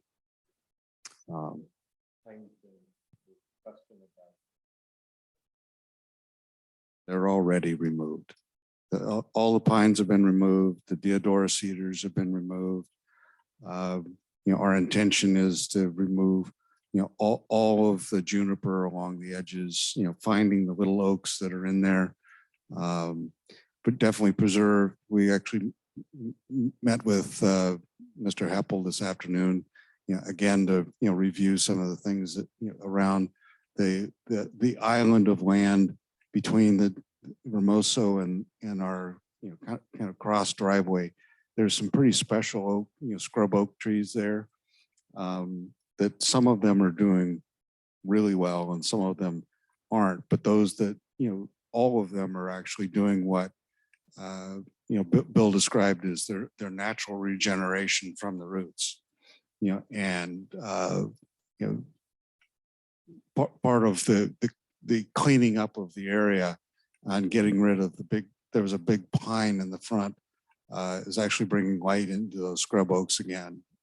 And it's our concept to naturalize that area as well, because right now it's kind of abandoned and left over. And we'd be, taking out the bottle brush hedge that is, is right along the driveway. But in general, Bob's plan is to, remove the natives and non-natives, and really, renaturalize, the site and keep most of the areas, as the numbers describe. We've got a 2.5 acre site, about 12,000 square foot of of other development, and about 20,000 square feet of quote unquote landscape area, which means that the majority, of the site is not being impacted at all.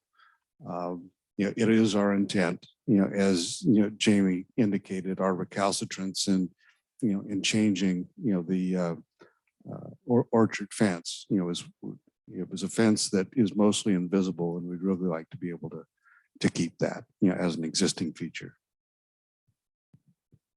All right. Does any of the commissioners have any further questions for the applicant?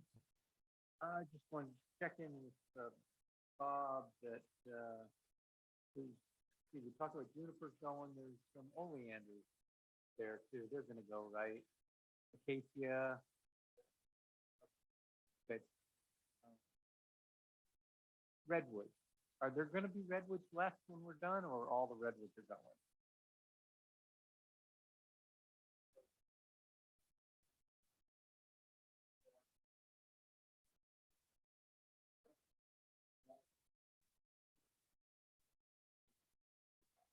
Right?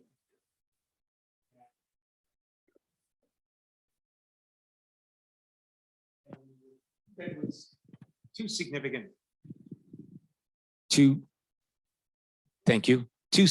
redwoods left, and they are along the existing drive.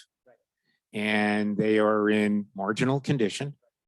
And the good thing is the wind goes through them because they're relatively sparse. It was an intent not to clear cut that whole eastern side of the site intentionally, because that's where a lot of the home is being expanded. And to be honest, if they rebound, it remains to be seen whether, obviously, if they continue to degrade, they'll be removed.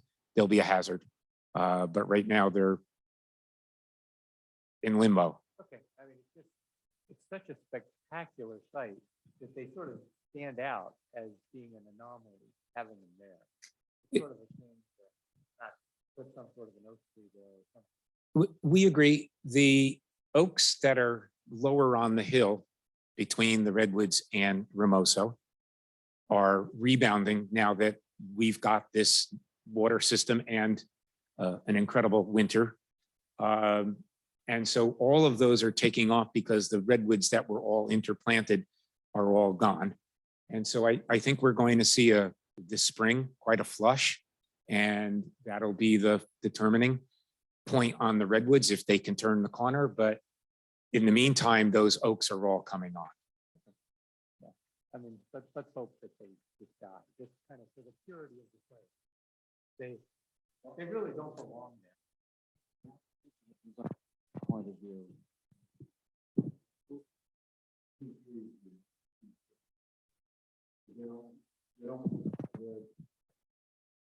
It totally makes sense, to take them down. But if that becomes the ASCC's wishes, so be it. Let it be written, let it be done. And then, can I ask another question? Okay. So since I've gone now from 0 to kind of 6 in the course of a couple hours. Is there a plan to have shades on the skylights so that we don't? I think that the two skylights in the master bathroom, should have shades because they would be, visible from offsite. The other skylights are really hidden from view, and I don't believe they would have any opportunity to light out. We're going to be lighting from other positions, than lighting inside the skylights. All right.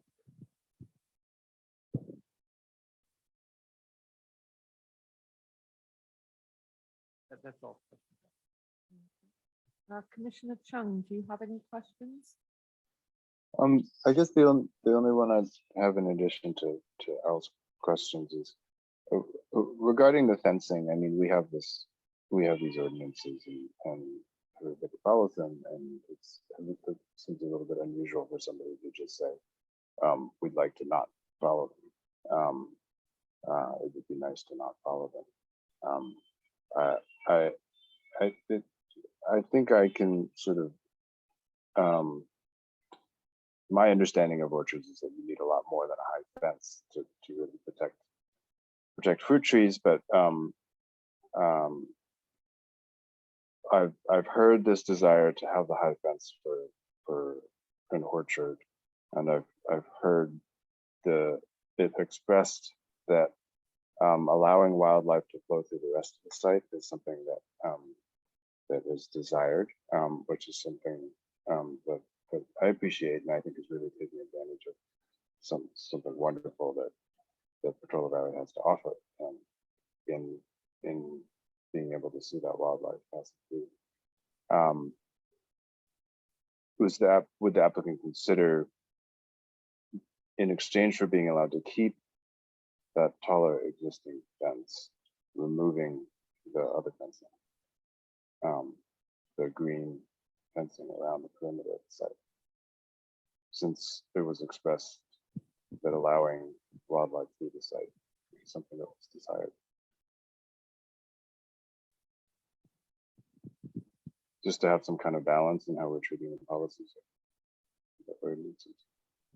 I guess, Kenny, the position that we were taking is that we're not proposing, any fence that would be in violation of the ordinance.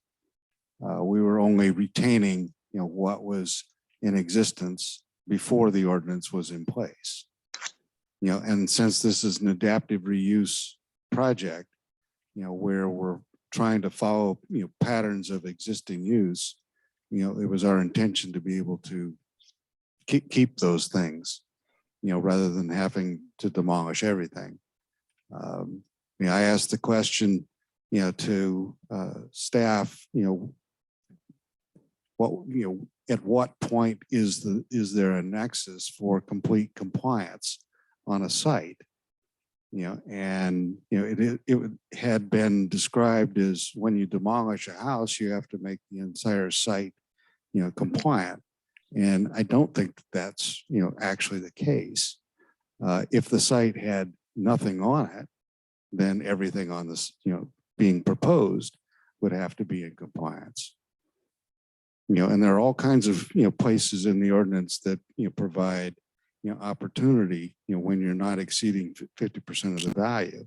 And in the fencing situation, particularly, on the fence along, the downhill property line and the property line, between 127 and 157, that's an existing fence.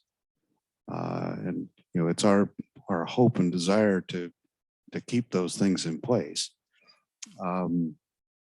I don't think this is a hill we want to die on, to keep, the 7-foot fence around the orchard. There are clearly other examples of ways to protect those trees, from, deer and pests. As an example, the old Jelich apple ranch that, Phil and Cindy White, run, is not a fenced property, and it does require a little more management to get fruit, with nets and individual tree fences, which is something that we could fall back to. If that tall fence, is seen as, as kind of a big problem. But as Bob described it, it is far below the elevation of the road and mostly is invisible, in its current condition. Through the chair, the applicant and staff disagree on this topic. We corresponded on it. I don't know if it was in relationship to this project or on another one. Staff's interpretation, my interpretation, as well as the town attorney's interpretation, is if they demolish the existing house and build a new one, then they are subject to all of the zoning code requirements subject for that site. So Carter and I disagree, but the legal authority to interpret the code rests with me and with the town attorney. So we can take this up at another time if the applicant wishes to. So it's our interpretation that the fencing has to comply with the code. as a reminder to the ASCC has the authority to grant reasonable exceptions to the fencing ordinance. So we'd be happy to pull up some of that language, but you probably recall it because you very recently had an exception to the fence ordinance. So it is within your authority to approve the 7-foot fence if you think that that criteria can be met. So you can certainly approve it, but it's staff's interpretation that you would have to actively approve it. I'm also cognizant that you turned down the non-conforming fence less than a month ago, so I think we have to apply the rule to everyone. We can't. That'll come in with comments. Yeah, and you want to make sure you're applying the criteria to the facts of the individual case. And so that's the nature of a discretionary application. And so we don't have to be too worried about precedent unless the facts are very similar. So you want to think about the facts here and what they're trying to achieve with that fence and think about whether that criteria can be met. Right. I don't have any questions for the applicant. So we'll go to comments from the public. We have a member of the audience. Waiting for. My name's Chris Jordan. I own the property on the corner of Paloma and Ramosa. And I absolutely love what they're trying to do. I think it's going to be a really welcome change to the neighborhood. The structure that's there now doesn't speak, I think, to the tone of our little amazing section of Westridge.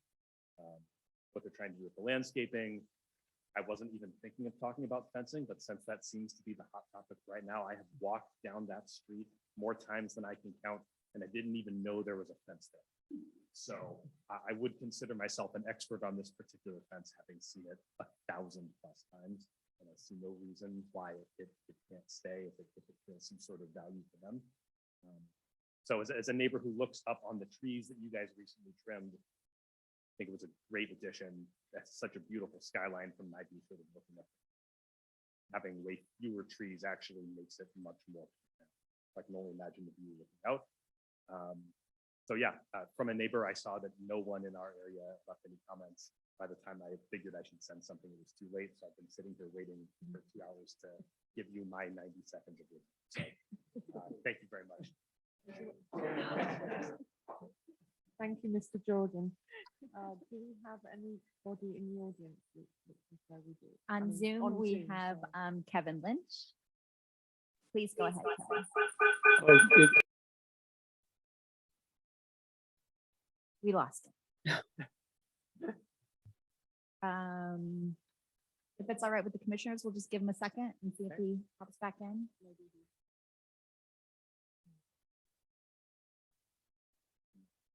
Yeah, it looked like, it sounded like 2 devices, but it didn't look like.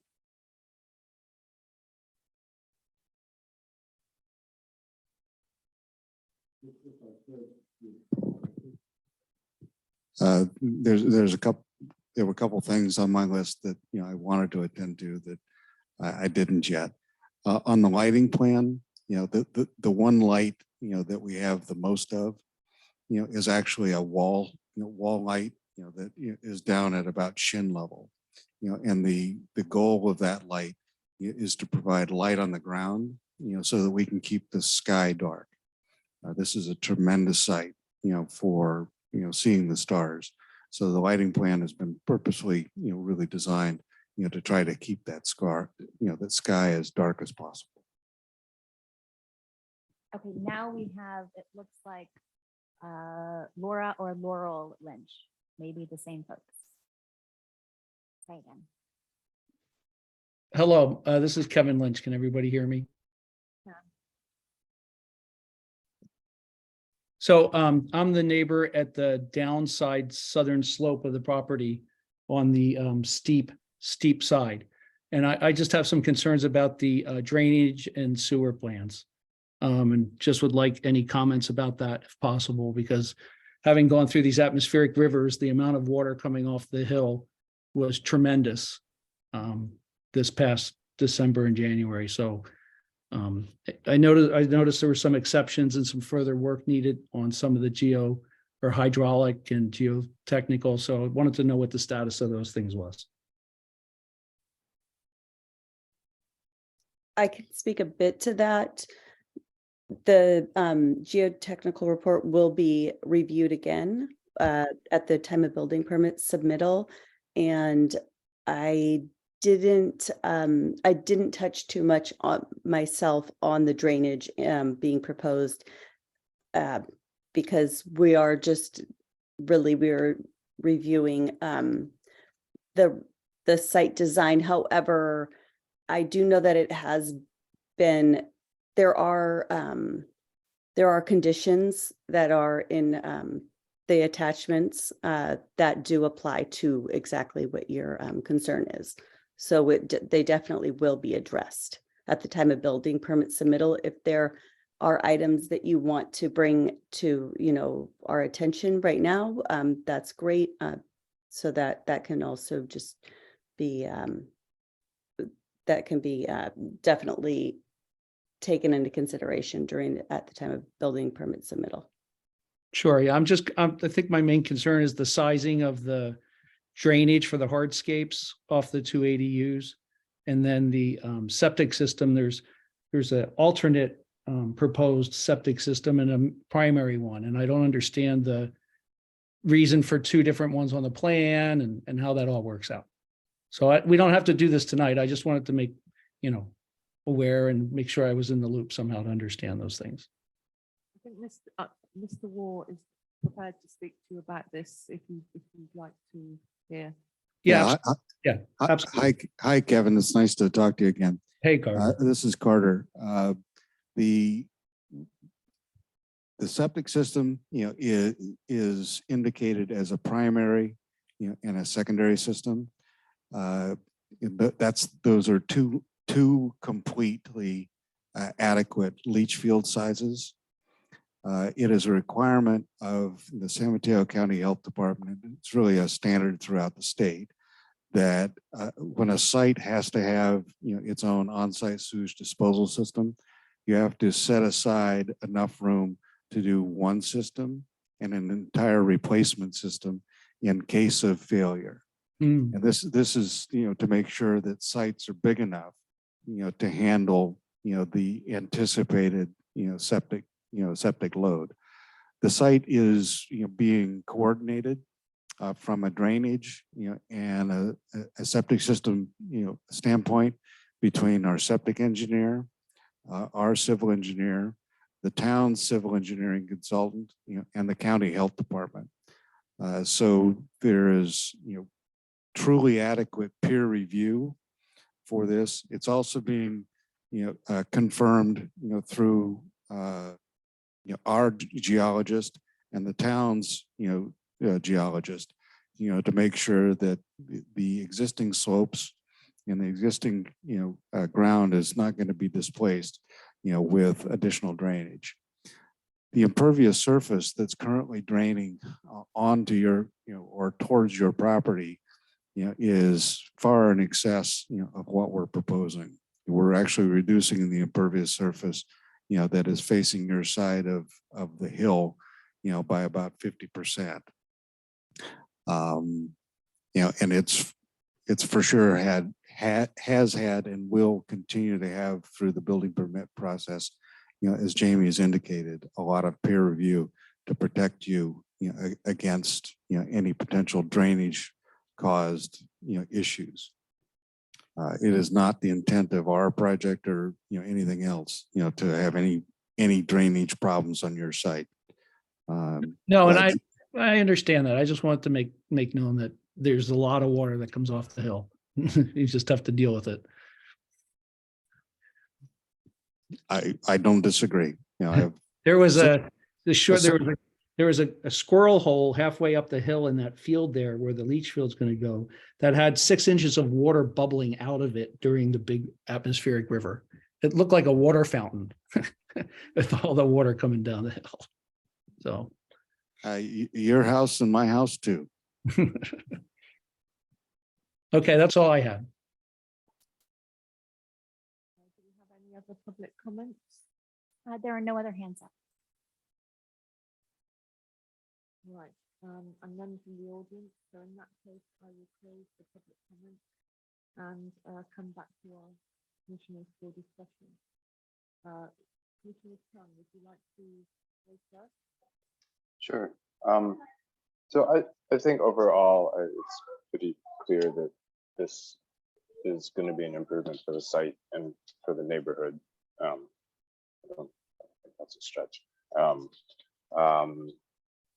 think in terms of the completeness, I think there's an expectation, which was correct, that we'll expect to see more detailed landscape plans come back for approval by somebody on this commission as well as the Conservation Commission. I think as a commissioner, I'm generally willing to consider the spirit of the ordinances as opposed to just the letter of the ordinances.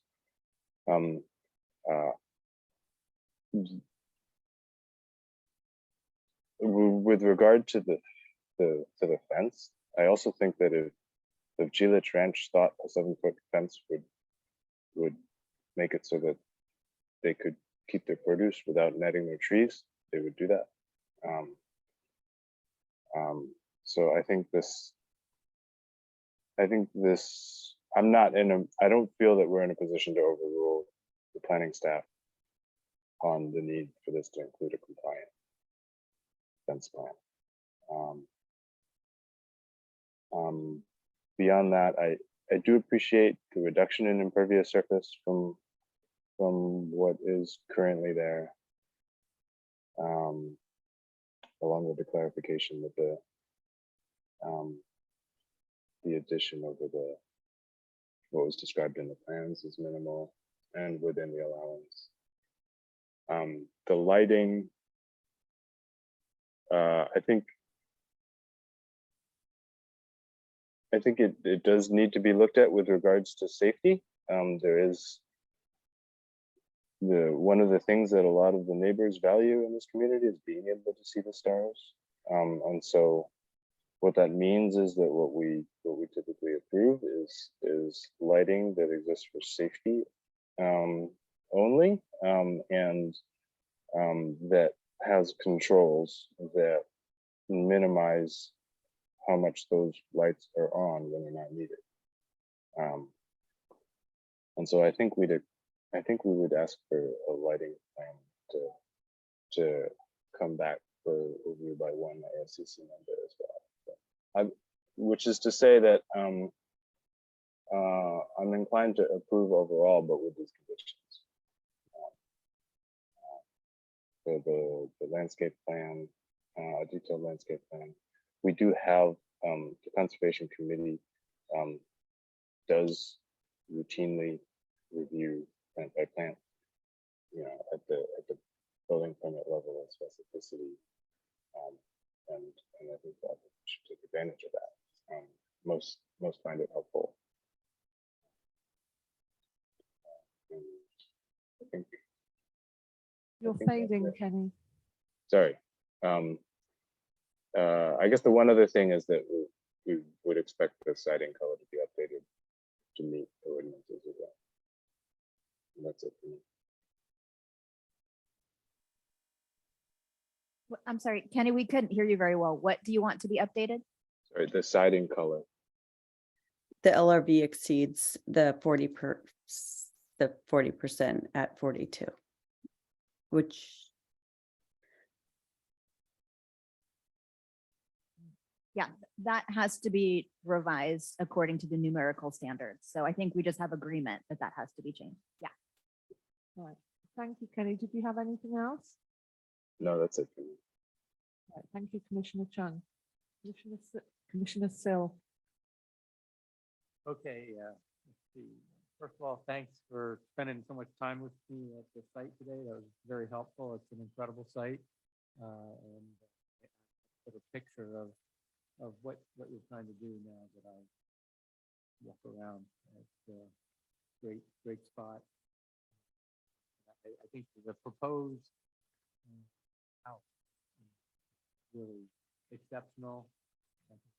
You know, ultimately, you're going to be very pleased with what you end up with. Let's see, specific comments.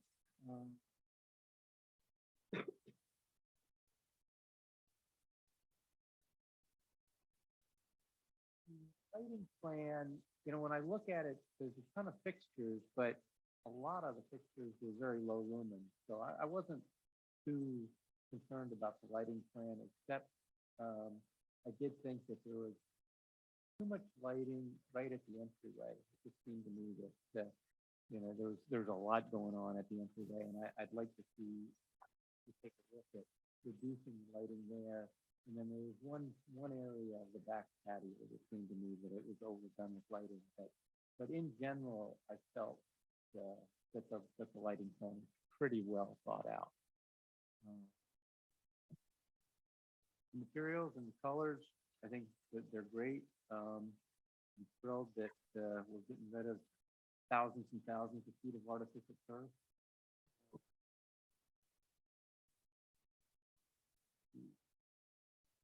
It's interesting. I wouldn't typically go for a kind of a loop around driveway like this, but it seems like it is quite appropriate on this map. So, I think that's fine.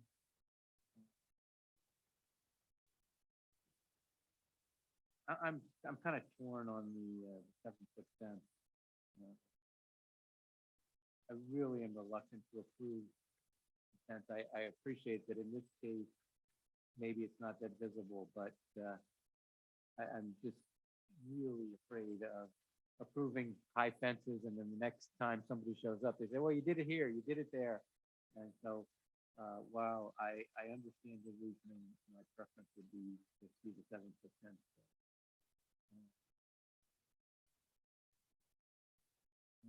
We talked about getting rid of all of the gray plants that don't belong in the site.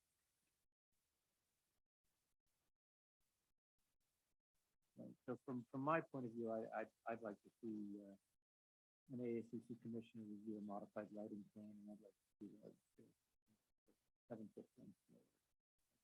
But I actually like your approach, Bob, on to me, it's easier to read because it's more conceptual.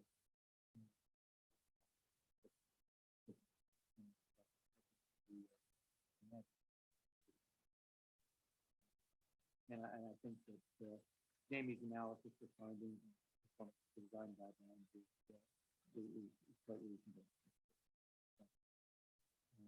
So I think that's it. Overall, extremely positive on the proposal. Thank you, Commissioner Still.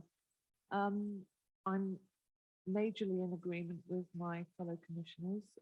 I appreciate the reduction in the maximum impervious surface.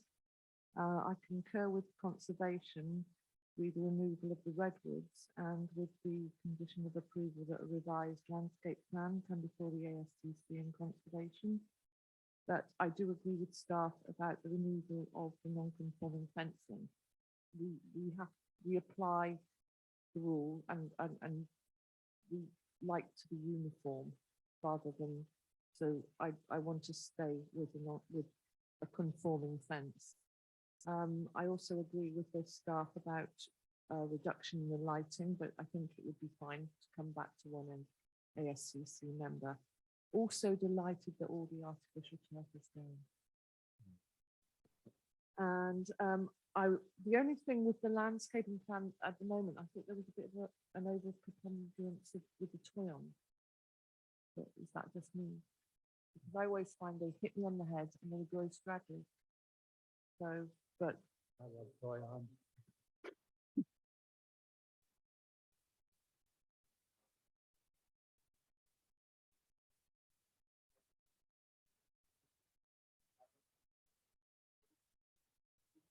yeah.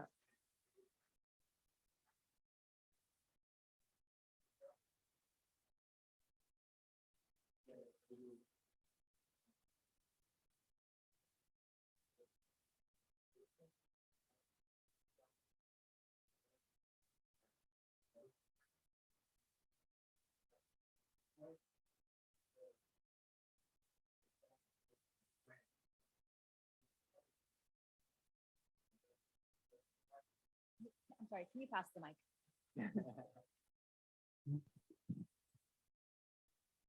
So the Toyon does require maintenance, absolutely, as does every plant, as we learn, quickly on site with all the trees. So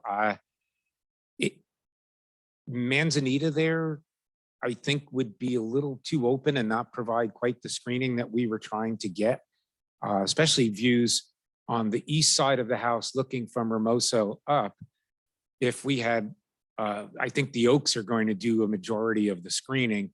The Toyon added were a backdrop, if you will, that started to remove the view of the lower part of the building, because that part of the single-story house has a taller exposed lower foundation.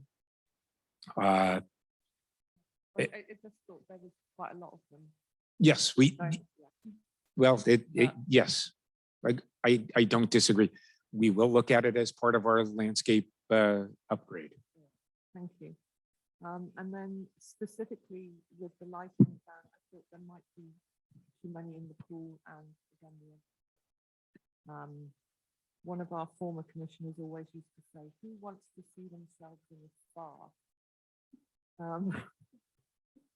But it was just, I think there's 5, I think, in the pool and the spa together. So it seemed to be quite a lot of lighting there. But aside from that, I think once again, I'm ready to entertain a motion for this property. Kenny, do you want to try and make a motion? Yeah, I can give it a shot. So I move to approve the application with the conditions provided by the planning staff. And in addition to those, a condition that the siding color is updated to meet the town ordinances, a landscape plan comes back for review for approval by a member of the ASCC and the Conservation Committee, and that it has a compliant fence line. You're phasing, Kenny. I think that's everything. Did I forget anything? We got landscape approved by one member of ASCC and then we lost you. Sorry, And conservation. and Okay. conservation. And then did you, okay, go ahead. And a compliant fence plan. Compliant fence. Okay. And the lighting condition? So I was wondering how much, whether my fellow commissioners, it sounds like there's agreement that the lighting plan can come back for review by one ASCC commissioner. Okay, I'll second that. Roll call or vote? All those in favor? Aye. Aye. Motion carries 3-0. All right, thank you. Can I still go and have a look at the property? Since I missed it today. It is an incredible spot. I go by there all the time. I didn't appreciate what a property is. It's just up on a knoll. Thank you all. Okay, I don't. Thanks, Jamie. I don't Have a good know evening. on my own and just wandering around, but I mean, your path.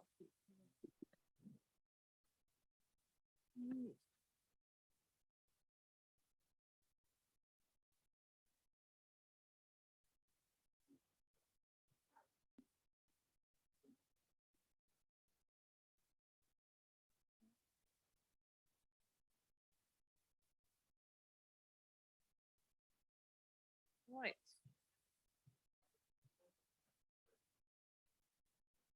Thank you, everybody. Good night. Good night. Good night. Good night.